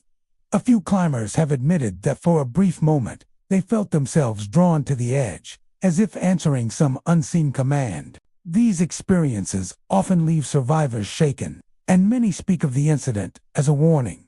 The Rockies are alive in a way that goes beyond nature, a presence that tests those who enter. Some hikers have described sudden changes in the environment that heighten the mountain's mysterious reputation. Fog can descend rapidly, thick and suffocating, erasing familiar landmarks. Temperatures drop dramatically in moments, and winds rise without warning, howling through valleys in a voice that seems almost human.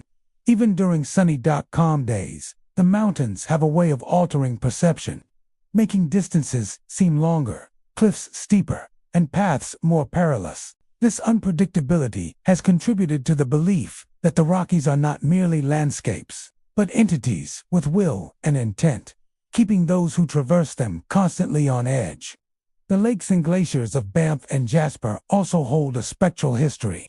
Travelers report seeing faint silhouettes along frozen lakes, or shapes moving within the mist, rising from melting snowfields. Some describe shadowy figures walking on glaciers, their movements deliberate, yet ghost-like, disappearing when approached. Others have claimed to hear faint cries carried across valleys, too distant to locate, but filled with unmistakable sorrow. These are thought to be the echoes of those who perished while attempting the mountain's many challenges, forever replaying their last moments within the unforgiving landscape. Even in the day, there are moments that hint at the Rockies' eerie presence. Trails often twist and turn unexpectedly. Ridges that appear close can seem impossibly far, and the sound of rushing water or falling rocks can take on the cadence of voices. Wildlife reacts differently here too. Animals may suddenly become silent or appear unusually agitated, as if responding to forces unseen. Guides tell newcomers that paying attention to the subtleties of the mountains is essential, not only for survival, but as a form of respect for a land that has long demanded humility. Despite these stories, the Rockies continue to draw adventurers. The peaks are irresistible for their grandeur, and the wilderness offers a sense of freedom and challenge that few other landscapes can provide. Yet, for those who venture too far, too fast, or without care. The mountains have a way of reminding visitors of their limits. The disappearances, ghostly sightings, and mysterious voices serve as cautionary tales, reinforcing the idea that the Rockies do not suffer arrogance lightly. Standing at a cliff's edge in Banff or Jasper, looking out over the endless mountains, it is easy to see why these legends endure. The vastness of the terrain, combined with its sudden changes and hidden dangers, creates an atmosphere where the line between reality and the supernatural blurs. The mountains hold the memory of every life lost, every misstep, and every soul that wandered too far from the path.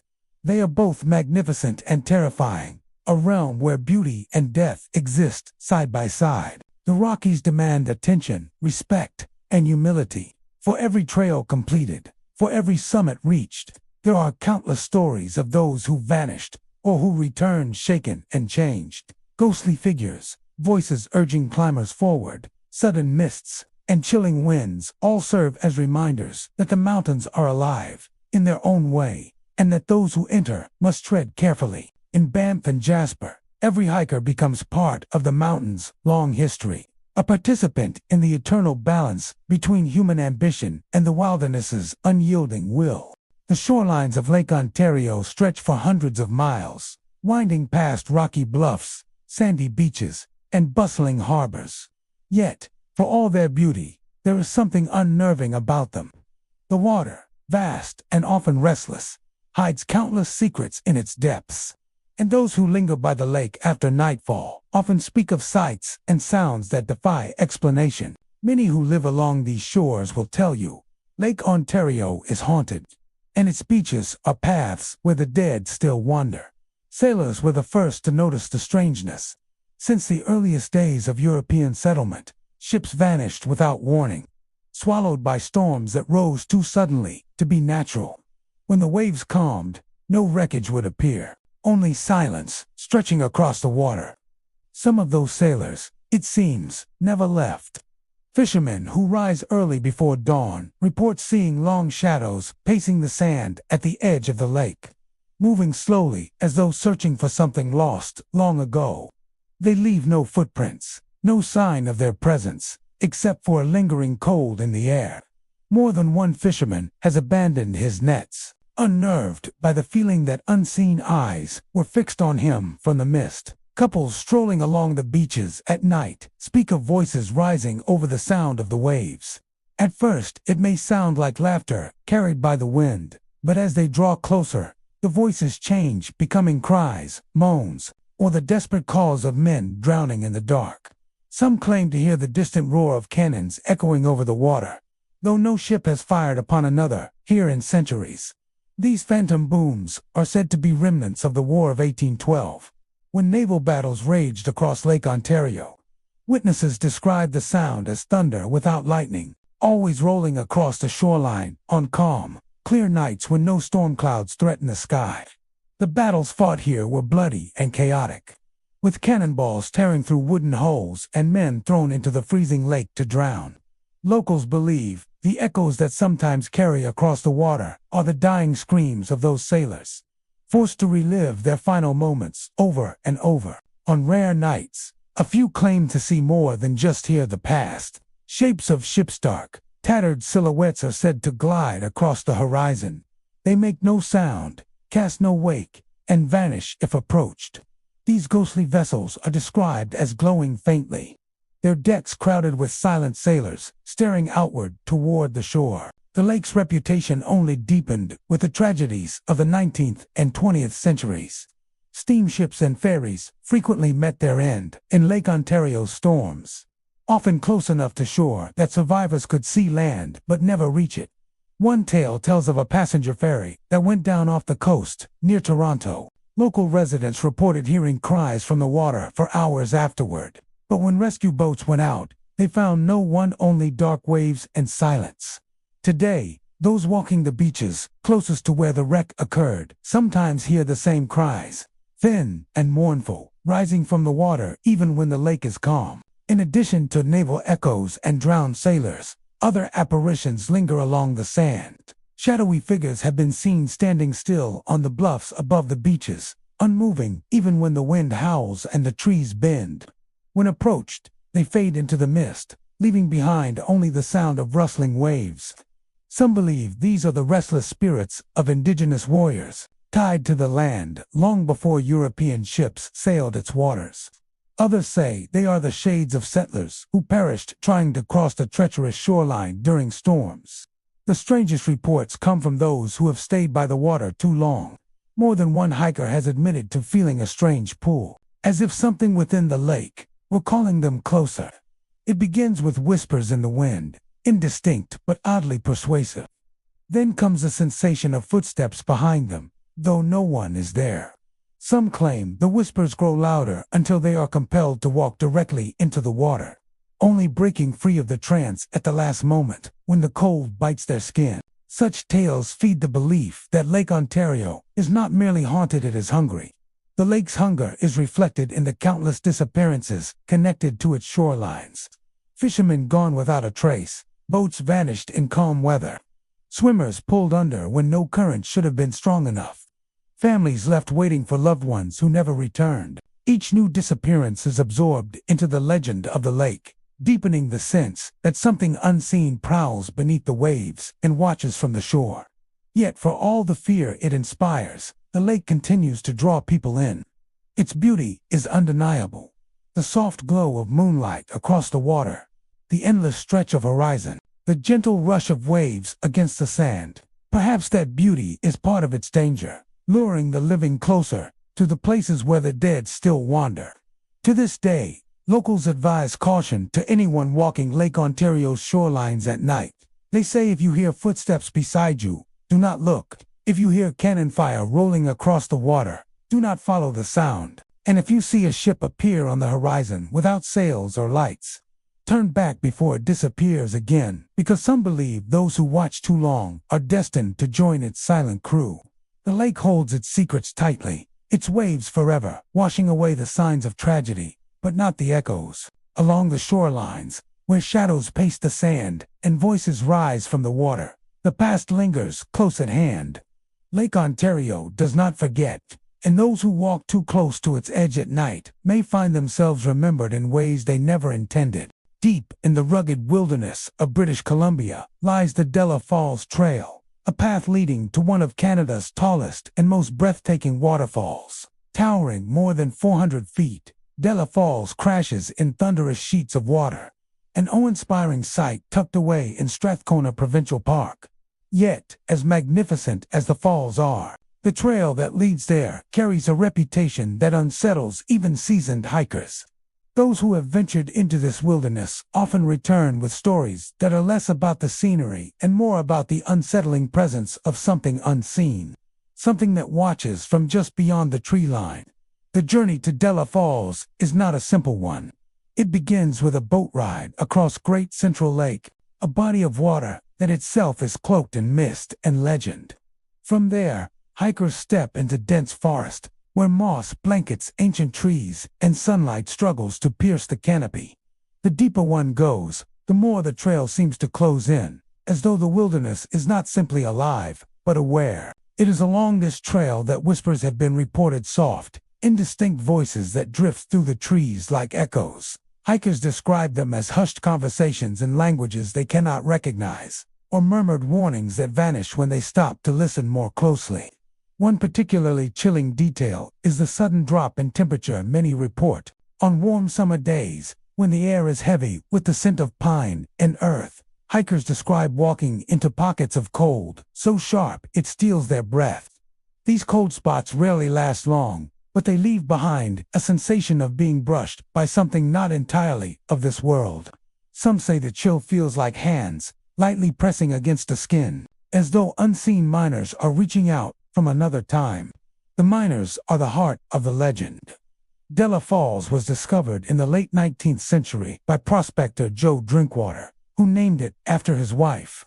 The area quickly attracted fortune seekers who dreamed of silver veins hidden in the mountains.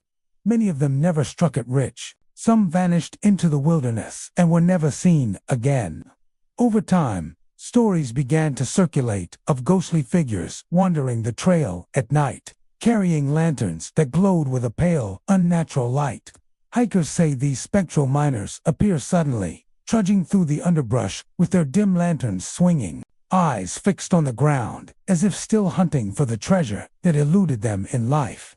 One group of campers told of waking in the middle of the night to see pinpricks of light moving across the forest floor. At first, they thought it was other hikers with flashlights.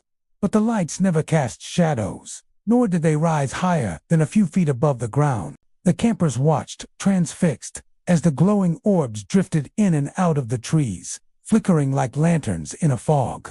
Then, just as suddenly as they appeared, the lights vanished, leaving the forest in silence.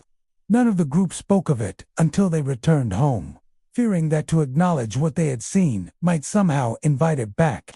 Other stories are more sinister. Some hikers claimed to hear voices calling their names from the shadows, urging them to step off the trail and into the wilderness. A few have admitted feeling compelled to obey, as though something in those whispered tones had hooked into their minds. In several cases, companions had to physically stop their friends from wandering too close to the edge of cliffs or into the dark tangle of undergrowth.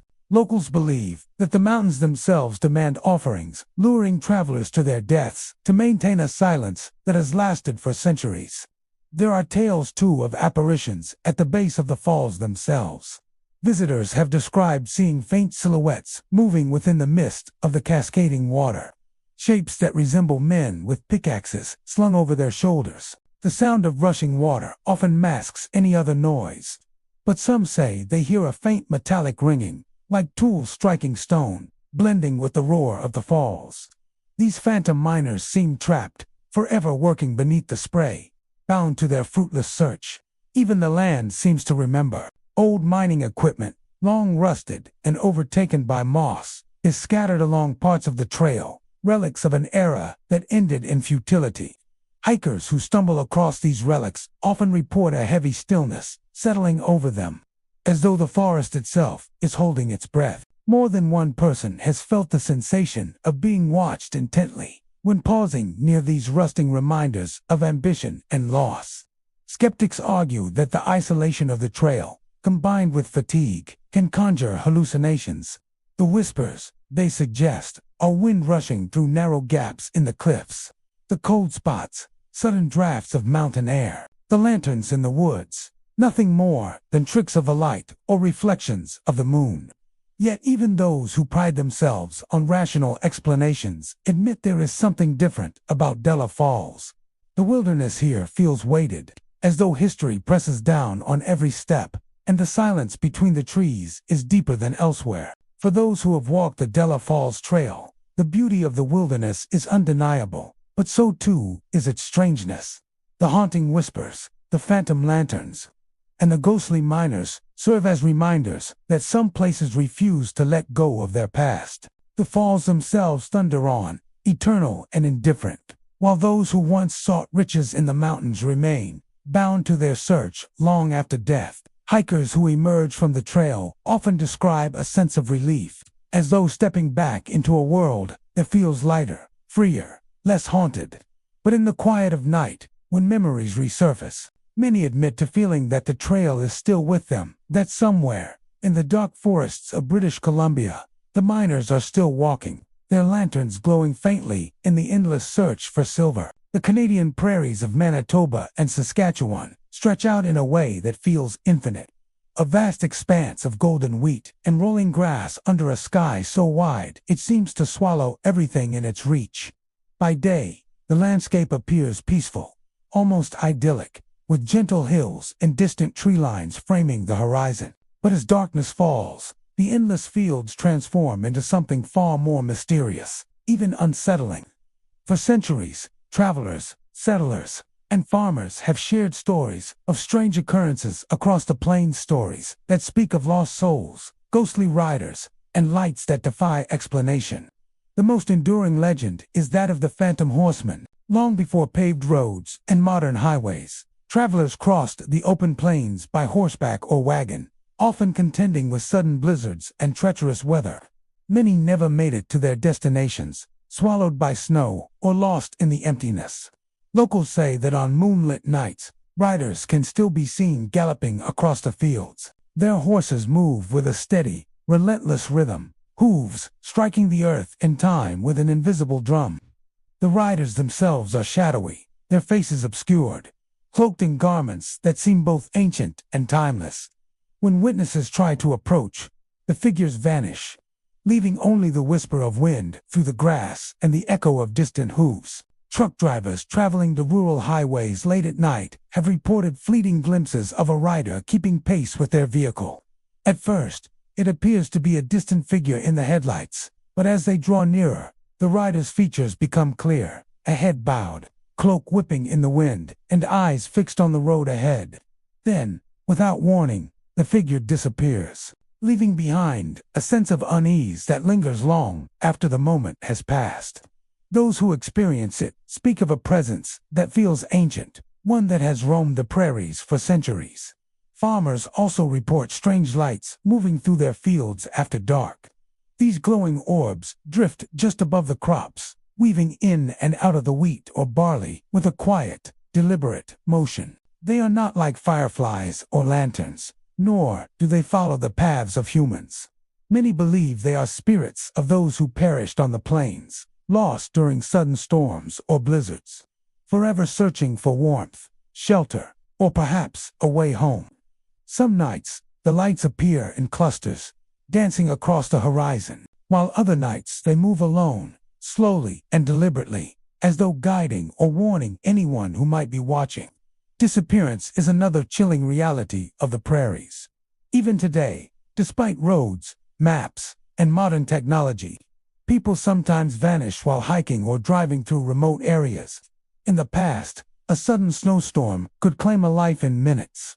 Families and travelers were left searching for loved ones who never returned, and the land has seemingly absorbed their memory. Locals believe these lost souls linger, wandering the endless fields, unable to find rest in the openness that once claimed them. Visitors and residents have also spoken of ghostly figures appearing along dirt roads or the edges of fields, dressed in clothing from generations past. They stand or walk for a moment, sometimes raising a hand as if signaling for help, only to vanish when approached. Witnesses often describe a sudden drop in temperature or an oppressive stillness at these moments, as though the prairie itself is holding its breath. Some suggest that the wind carries their whispers, faint voices calling across the grass, begging for rescue that will never come. The prairie's beauty is undeniable, but it is the vastness that amplifies the eerie. Open skies, rolling hills, and endless crops create an environment where isolation is absolute. Storms can form without warning, and visibility can vanish in minutes. In such conditions, imagination and reality intertwine, giving rise to legends that persist through generations. Phantom horsemen, wandering spirits, and glowing lights are not merely stories, they are expressions of the land's history, a history marked by survival, tragedy, and the relentless power of nature. To walk the prairies at night is to feel both freedom and vulnerability. The horizon stretches infinitely, yet every shadow and flicker of light hints at the presence of those who came before. The land remembers, it is said, and the spirits of the lost remain, wandering where no path leads, riding where no horse should tread, and drifting across fields in search of something forever beyond reach. The prairies are beautiful, but they are also haunted, a silent expanse where the past and present coexist, and where the echoes of lives claimed by the open land continue to roam. Gros Morne National Park in Newfoundland is a landscape of dramatic contrasts. Towering fjords rise sharply from the earth, their cliffs carved by glaciers over millennia. Verdant valleys stretch between these geological marvels, dotted with lakes that reflect the sky in deep, glassy blues. By day, the park draws hikers, nature lovers, and photographers, all eager to explore its trails and witness the majesty of the long-range mountains. Yet, as the sun sinks toward the horizon, casting long shadows across the terrain, the park transforms. The rugged beauty that inspires awe by daylight takes on a strange, unsettling quality at dusk. And those who wander here after hours often speak of experiences that defy explanation. The most common reports from hikers involve the sensation of being followed. Footsteps echo along the trails, precise and deliberate, matching the pace of the traveler. When the hiker stops, the sounds cease, only to resume as soon as they begin moving again. Some have attempted to turn and confront the presence, but nothing is ever there, no figure, no animal, no sign that someone else is on the path. The sounds are unnervingly real, too detailed to dismiss as mere imagination. Travelers describe the pattern as almost playful, as if the unseen companion is toying with them, aware of every step and pause. Climbers and hikers ascending Gros Mornes, higher ridges, report similar disturbances. Mist often drifts along the cliffs at twilight, curling around rocky outcrops in shapes that seem almost human. Some have claimed to see shadows moving independently of the natural light, shifting and pacing in ways that defy physics. These movements are brief, glimpsed only in the corner of the eye, but their suddenness and unpredictability leave a lasting impression. Witnesses often describe a feeling of cold that follows them, as if the air itself carries the memory of something otherworldly. Local legend adds a supernatural layer to these experiences. For generations, fishermen and coastal communities around Gros Mornes have told tales of sea spirit entities that emerge from the water at night, climbing ashore in search of warmth and sustenance. These spirits are described as humanoid figures, pale and slick with water, their eyes glimmering faintly in the dim light. According to tradition, they are the souls of those lost to the ocean, cursed or unable to return fully to land. Some say they come ashore to warm themselves against the rocks, following trails inland for reasons unknown. Encounters with these spirits are often fleeting, leaving only the sense of a presence or the fleeting sight of wet footprints that vanish into the undergrowth. Campers along the fjords sometimes report hearing strange sounds over the water after dusk. Low, mournful hums rise from the waves, sometimes accompanied by splashes near the shore. These noises are not easily explained. They are neither the call of loons nor the slap of ordinary waves against rocks. Those who have heard them speak of a mournful cadence, almost like singing, carried faintly across the water, and often coincide with sightings of shadowy forms moving along the cliffs or trailing the paths of hiking trails. Some visitors claim to feel as if the air itself vibrates with the presence of something ancient and restless. Several accounts describe sudden shifts in the weather that seem almost targeted. A hiker might find themselves in warm sunshine, only to have a cold gust sweep down the fjord, chilling them to the bone. Fog can descend rapidly, obscuring familiar landmarks, and visibility can vanish within minutes. Witnesses describe these changes as more than mere meteorological phenomena. They feel personal, as though the mountain and the ocean are aware of intruders. Those who remain calm and proceed slowly often report fewer disturbances than those who hurry or attempt to challenge the phenomena. Other stranger stories involve glimpses of figures climbing the cliffs near the fjords. These shapes are described as human-like, yet their movements are fluid and unnatural, as if they are not bound by the same limitations as the living. They vanish when approached, leaving only a faint trace in the dirt or a shimmer of wet stone. Hikers have spoken of a creeping unease when such figures appear, a sense that the park itself is holding its breath, waiting to see what the living will do. Some claim that attempting to photograph or capture these spirits only makes them retreat further into shadow, reinforcing the feeling that they belong to the land, not to human observation. Even those who have spent years exploring Gros Mornes professionally admit to feeling its strangeness. Park rangers and guides recount tales of hikers returning with pale faces and nervous glances. Reporting footsteps or shadows that seemed impossible. They speak of boats on inland lakes that appear empty, yet leave ripples that suggest movement, and fog that rolls in with a precision that seems calculated, not natural. Over time, these stories have become part of the lore of the park, passed along to newcomers as both caution and fascination. Despite its unsettling qualities, Gros Mornes continues to draw visitors from around the world. Its grandeur is undeniable. The fjords, cliffs, and forests offer unmatched beauty, and its trails challenge both body and spirit. But those who venture here at dusk or later are often reminded that beauty in Gros Morin is intertwined with mystery. Shadows may move of their own accord, footsteps may follow without a source, and sea spirits may wander inland seeking warmth. The park is alive in ways beyond human understanding, holding the memory of centuries of natural and supernatural events within its cliffs, fjords, and waters. To walk the trails of Gros Morin at twilight is to enter a world where history, nature, and legend converge. Every step is accompanied by a sense of the unknown, and every gust of wind or ripple of water could be a message from forces unseen. Hikers leave with stories, memories, and sometimes lingering chills, aware that the park's beauty is inseparable from its mysteries. Gros Morin is a place that commands respect, a landscape where shadows walk, footsteps echo, and the restless spirits of sea and land continue their eternal vigil. The Mackenzie River stretches over 4,000 kilometers, carving its way through the heart of Canada's Northwest Territories. It is the longest river in the country, a winding artery of water that has sustained life for millennia. From its source at Great Slave Lake to its delta at the Arctic Ocean, the Mackenzie passes through dense forests, vast tundra, and remote settlements, carrying with it a history as deep and enduring as its waters. But beneath the river's serene surface lies a reputation for the uncanny.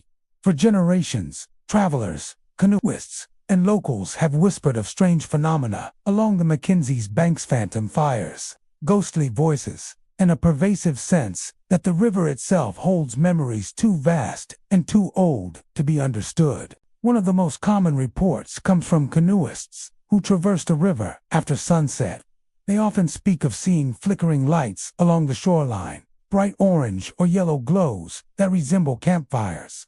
At first, these seem like ordinary fires, the kind set by hunters or travelers seeking warmth. But as the canoeists draw closer, the lights vanish, leaving nothing behind: no smoke, no embers, no sign that anyone was ever there. The fires appear and disappear at random, sometimes dozens of kilometers apart, and often seem to respond to the presence of observers, flaring briefly when noticed and extinguishing the moment attention drifts. Locals have long called these phantom fires, believing them to be signals from spirits who once traveled the river or warnings left by those lost to its currents. The phenomenon is not limited to visual oddities. Canoeists also report hearing voices carried across the water at night. The singing is faint, almost ethereal, too distant to discern words, but hauntingly clear in tone. It drifts along the river, following the current, or sometimes seeming to come from nowhere at all. Some describe the songs as sorrowful, mournful laments, while others say they are rhythmic, almost like chants. Those who have heard the singing often pause in their paddling, entranced by the sound, yet unnerved by its source. Few have ever traced the voices to their origin, and when they attempt to follow them, the melody fades into silence, leaving only the sound of the water and the rustle of trees along the banks. Stories of disappearances along the Mackenzie reinforce the river's haunted reputation. For centuries, travelers have used the river as a lifeline, navigating its currents in canoes or small boats. But sudden storms, hidden rapids, and treacherous currents have claimed many lives. In some cases, travelers vanish without a trace, leaving only abandoned equipment or overturned canoes drifting along the banks. Locals say the spirits of these lost souls linger in the river, bound to the waters that claimed them. The phantom fires are thought to be their way of signaling presence, reminders that the river is alive with memory and loss. Campers along the riverbanks also report strange sensations. The air can become inexplicably cold, even on warm nights, and a stillness can descend that swallows all ordinary sounds. Some describe the sensation of being watched, a feeling that eyes are tracking them from the tree line. Others hear footsteps crunching in the undergrowth, matching their own pace, only to vanish when they stop. Canoeists and hikers alike speak of a heightened awareness along the Mackenzie, as if the river itself is conscious, observing those who traverse its expanse. Indigenous communities along the Mackenzie have long incorporated these experiences into their oral histories. Elders speak of the river as a living entity, one that requires respect and care. The singing, the fires, and the strange movements along the shore are not seen as mere tricks of the mind, but as messages, reminders of the river's power and the lives it has claimed. Some believe the lights are signals from ancient travelers, guiding or warning those who follow the river, while others say the voices are those of ancestors, calling to descendants, urging caution and reverence for the wild, untamed waterway.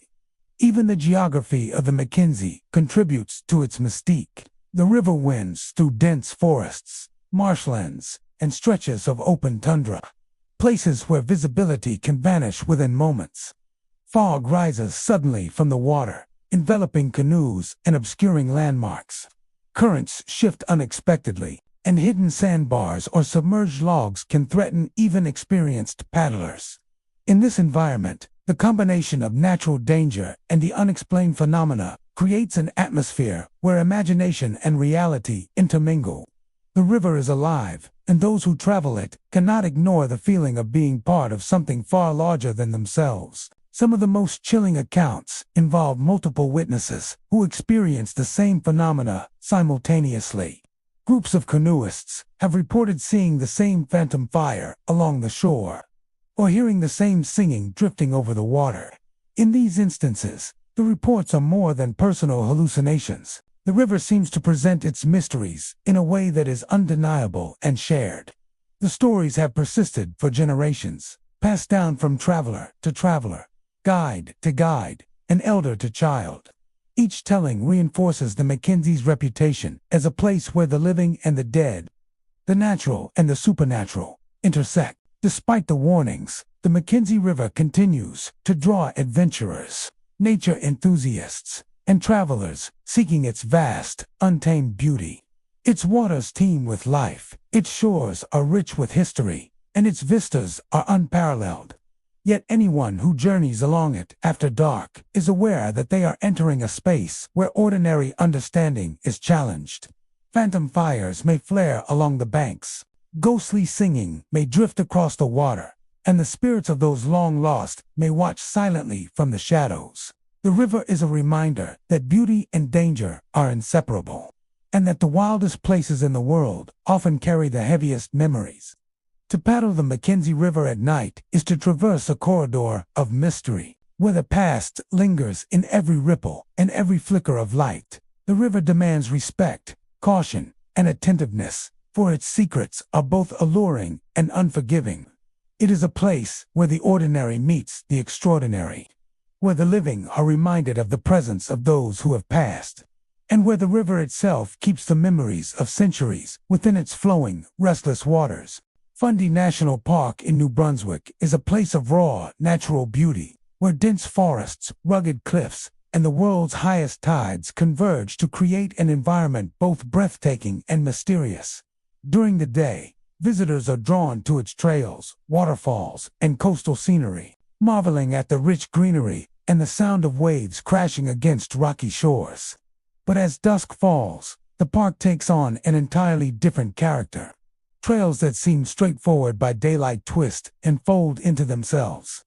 Shadows lengthen unnaturally, and the forest seems alive in ways that are impossible to explain. For generations, visitors have reported experiences that suggest Fundy is more than a park. It is a liminal space, a place where the line between the living and the dead becomes uncertain. One of the most commonly reported phenomena involves the park's trails. Many hikers describe feeling disoriented, even on well-marked paths. A simple loop can suddenly become a maze, with familiar landmarks appearing in the wrong place or vanishing entirely. Visitors report walking for hours only to find themselves back at the same rock outcrop or fallen tree. Despite taking different turns, clocks, watches, and phones sometimes fail to keep time accurately, adding to the sensation that the park has its own rhythm, independent of the outside world. Those who experience this often speak of an eerie calm, punctuated by a sense that the forest itself is watching, guiding, or perhaps testing them. Shadowy figures are another persistent aspect of Fundy's strange reputation. Hikers at dusk or after dark report glimpsing forms moving between trees always just at the edge of vision. These figures appear human in shape, yet their movements are fluid, almost gliding rather than walking. When approached, they vanish without a trace, leaving behind only the rustle of leaves or a sudden hush in the forest.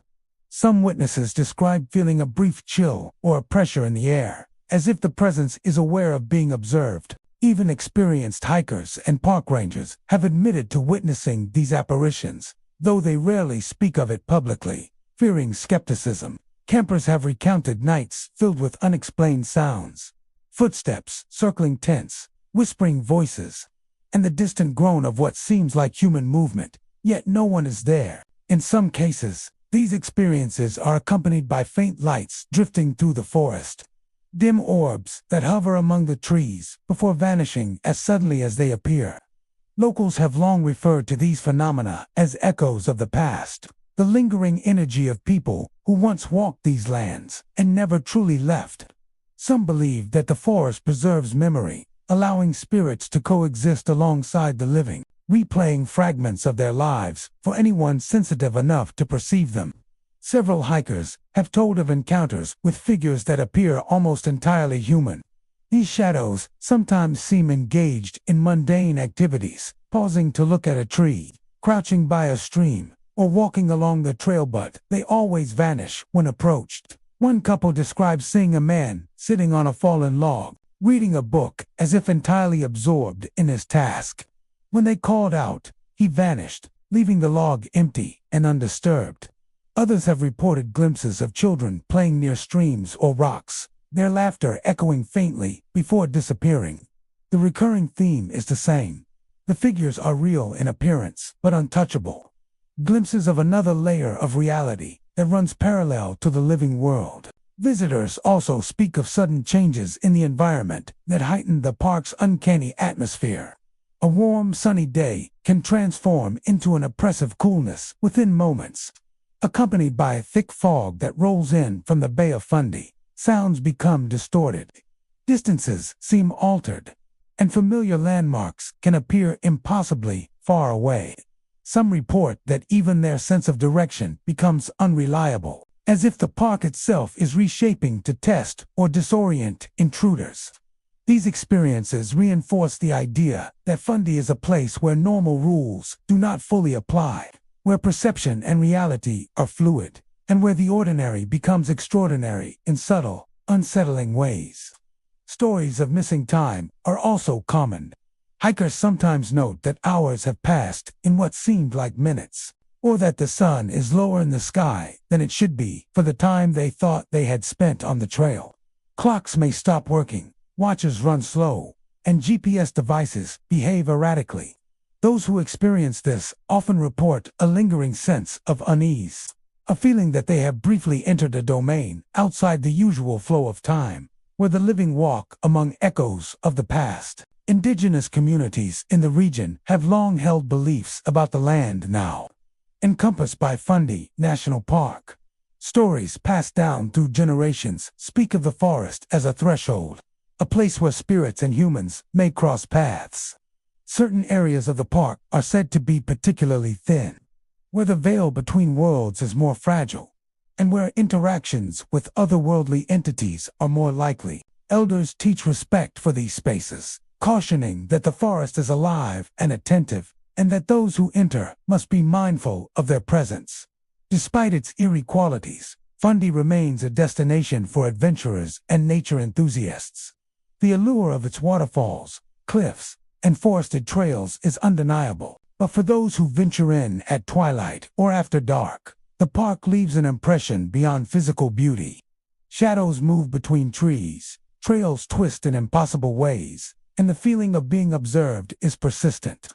The forest is alive with memory, and those who walk its paths may find themselves sharing space with unseen companions, caught between the worlds of the living and the dead. To traverse Fundy National Park at dusk is to enter a realm where time and space are fluid, where shadows hint at hidden presences, and where the forest preserves echoes of those who have passed. Every trail, every turn, and every rustle of leaves carries the weight of unseen eyes, reminding visitors that they are never truly alone. The park's beauty and strangeness coexist, offering a haunting, unforgettable experience and encounter with a place where the living and the dead walk side by side. Haida Gwaii, an archipelago off the northern coast of British Columbia, is a place where beauty and mystery intertwine in ways that are both enchanting and unsettling. The islands rise dramatically from the Pacific, their forests dense with towering cedar and spruce, their shores jagged and windswept. Mist drifts constantly off the ocean, curling among the trees and across hidden inlets, giving the land a dreamlike quality that has captivated visitors for centuries. But beneath this breathtaking scenery lies a world of stories whispered by locals, preserved in indigenous oral history, and recounted by those who have felt the island's strange, persistent presence. The first and most common tale concerns shadow spirits moving silently through the forests. These are not ordinary shadows cast by trees or the sun, but forms that seem to move independently, gliding between trunks and along trails without disturbing a leaf or branch. Visitors describe catching glimpses in the corner of their eyes, dark shapes, slipping behind trees or along ridges always just out of reach.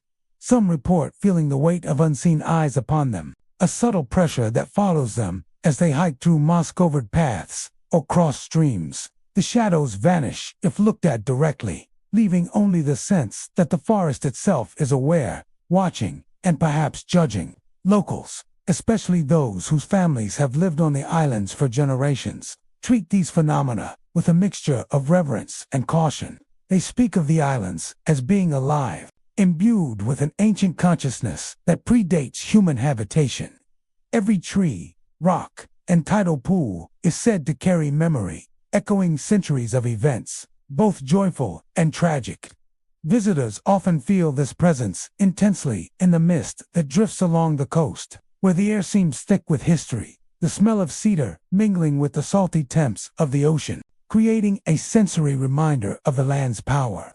Another eerie and iconic feature of Haida Gwaii are the phantom totems. Some travelers recount walking through early morning fog and suddenly encountering carved figures standing silently among the trees. These totems are intricate, deeply symbolic, and unmistakably human in their expression. Yet, when approached or when the eye blinks, they vanish entirely. Some are said to appear in places where no carvings exist, or in locations that are otherwise inaccessible. Those who have experienced this phenomenon often describe a mix of awe and fear, a recognition that the land itself is speaking, conveying messages through shapes and symbols that are fleeting and enigmatic. The totems and shadow spirits are tied closely to the island's indigenous stories. The Haida people have long held that certain places are thin, where the boundary between the spiritual world and the physical one is delicate. Legends speak of beings who dwell in the forest, in the water, and along the cliff vicinities that can observe, guide, or warn. Visitors unaware of these teachings may feel a sudden chill, a sense of being watched, or the eerie sensation that the land is shifting subtly around them. Those who respect the stories and move carefully often report a calmer experience, as if the islands respond to intent and awareness. Canoeing along the coast or exploring tidal inlets brings its own set of mysteries. Some have claimed to see shadowy forms beneath the water, moving with the current yet avoiding direct observation. Others report hearing faint singing carried across the waves, melodic and melancholic, as though the ocean itself is recounting stories from long ago. The sound is too structured to be the wind, yet too faint to locate definitively. Some believe these are the voices of ancestors, communicating across generations, or spirits tied to the land and sea, reminding all who listen that Haida Gwaii is a living, breathing entity. Hiking through the forest can be equally disorienting. Trails appear familiar one moment and inexplicably unfamiliar the next. Rocks, roots, and streams seem to shift subtly in the mist, making navigation a challenge even for those who have walked the paths before. Visitors sometimes report a sense of lost time minutes feeling like hours, or the sun appearing lower in the sky than expected. These dislocations add to the sense that the islands exist partly outside ordinary perception, that time and space bend under the influence of the land's ancient energy. Even the wildlife contributes to the atmosphere. Ravens circle silently above cliffs, their cries echoing like messages across valleys. Deer may appear and vanish within moments, moving with unnatural awareness of those observing them. Occasionally, visitors report seeing larger shapes, elk or bear-like forms that seem more like silhouettes than animals, fading into the mist as quickly as they appear. Each sighting reinforces the sense that the islands are not merely a collection of rocks and trees, but a conscious environment, responsive and alive. Despite these strange phenomena, Haida Gwaii continues to draw travelers, artists, researchers, and adventurers, all eager to experience its wild beauty.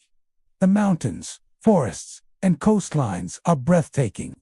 Yet there is a subtle reminder in every step that the islands are older and wiser than those who wander them. Visitors leave with stories of fleeting totems, shadowy figures, and the persistent feeling of being observed by a presence older than memory. For those attuned to the land's rhythms, the experience is profound, a blend of wonder, respect, and quiet unease. To walk Haida Gwaii is to move through layers of time and spirit. The islands hold memory in every rock, tree, and wave. Shadow spirits drift through the cedar forests, phantom totems appear and vanish in the mist, and the very air seems thick with awareness. It is a place where the living and the spiritual coexist, where beauty and unease are inseparable, and where the land itself communicates in ways that are fleeting, subtle, and unforgettable. The islands are more than a destination. They are a living story, ancient and powerful, waiting for those willing to see beyond the surface. Lake Louise, nestled deep in Alberta's Rockies, is a place that inspires awe at every glance. Its turquoise waters, fed by glacial melt, shimmer against the backdrop of towering peaks, creating a scene that has drawn travelers for more than a century. Canoes glide across the lake's calm surface, hikers trace trails along its shores, and photographers arrive at dawn to capture the first light striking the mountains. By day, Lake Louise appears serene and welcoming, a natural jewel surrounded by wilderness. Yet, beneath its beauty lies a layer of unease that some visitors cannot ignore. Stories persist of strange occurrences along the lake and its trails, apparitions, unexplained sensations, and glimpses of the past surfacing in ways that defy explanation. One of the most frequently reported phenomena involves the water itself. Several visitors have claimed to see faces forming just beneath the surface, ripples shifting into features that appear human.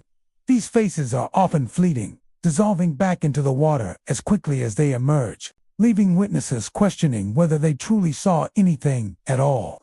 Some describe expressions of longing or sorrow, eyes fixed upward as though calling for recognition.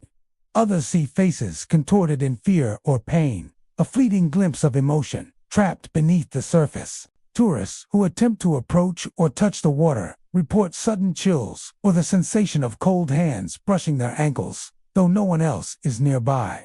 Nightfall brings another set of eerie experiences. As darkness settles over the lake, the shoreline transforms. Mist rises from the water, curling in ethereal shapes across the surface, and the peaks cast long shadows that seem to stretch toward the lake.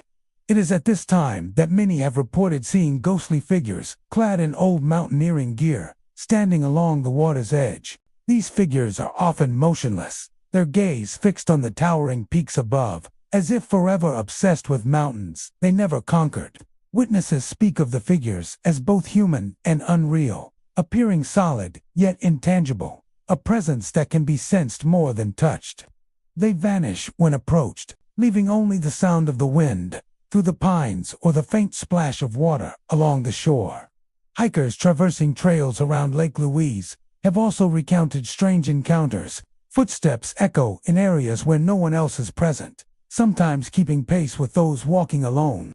Mist or fog can descend suddenly, obscuring familiar landmarks and making even well-marked paths feel unfamiliar. Travelers have spoken of glimpses of figures moving among the trees, disappearing when directly looked at, and the sensation of being observed even in isolated sections of the forest. Some hikers describe a sense of pressure, a weight on the shoulders or chest, as if the energy of those who perished in the mountains remains tied to the land. Historical accounts add depth to these modern experiences. The area around Lake Louise has long been traversed by explorers, mountaineers, and indigenous peoples. Many early climbers faced the brutal and unpredictable conditions of the Rockies, and some never returned from their expeditions. Avalanches, falls, and sudden storms claimed lives, leaving behind stories of lost travelers and unfinished climbs. Locals believe that some of these souls remain bound to the peaks and lakes they loved or feared, replaying moments of ambition, struggle, and tragedy for those who are present. Even casual visitors sometimes sense these lingering presences. Photographers have taken pictures in which strange shapes appear along the shoreline, human-like forms that disappear in subsequent frames. Campers and overnight hikers report hearing distant shouts or the crunch of boots along trails where no one is visible. Canoeists have recounted the feeling of a sudden tug on their vessel or the inexplicable drifting of their paddles, as though unseen hands were guiding or hindering them. These experiences are often brief, subtle, yet undeniable, leaving a lasting impression long after the visitor departs. Some of the strangest reports come from those who linger near the lake during twilight. As shadows lengthen and the air cools, the water seems to shimmer differently, reflecting shapes that should not be possible. Glimpses of figures in vintage climbing gear appear on rocks or at the tree line, watching the lake and the mountains. Observers describe a surreal stillness in these moments, a quiet that presses in around them, broken only by the occasional rustle of the forest or the gentle lapping of water against the shore. The figures do not move, yet there is a sense of intent behind their presence, a focus on peaks and paths lost to time. Some visitors try to rationalize these experiences, attributing them to fatigue, imagination, or the reflective quality of the lake itself.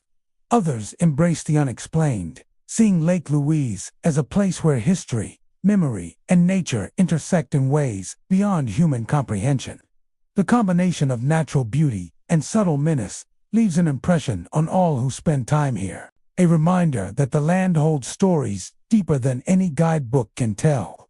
To walk along the shores of Lake Louise or paddle its glassy surface is to enter a space where the past lingers just beneath the present. Faces in the water, cold brushes against bare ankles, and ghostly climbers gazing at peaks they never summited all hint at a reality beyond ordinary perception. The lake is a place where memory, ambition, and tragedy converge, where the living brush against echoes of the dead, and where the natural and supernatural coexist in subtle, haunting ways.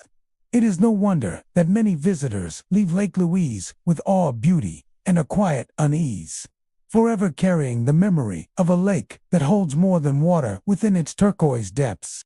And there you have it, 25 of the most haunted natural places in Canada. From the endless forests of the Yukon to the stormy waters of the Atlantic, each of these places is more than just land or sea. They are stories written in stone and shadow, where the past still lingers, and the dead walk beside the living. So the next time you find yourself staring out over a misty lake, or hiking a trail that suddenly feels colder, ask yourself, are you really alone? Or is something ancient watching, waiting, and walking just behind you?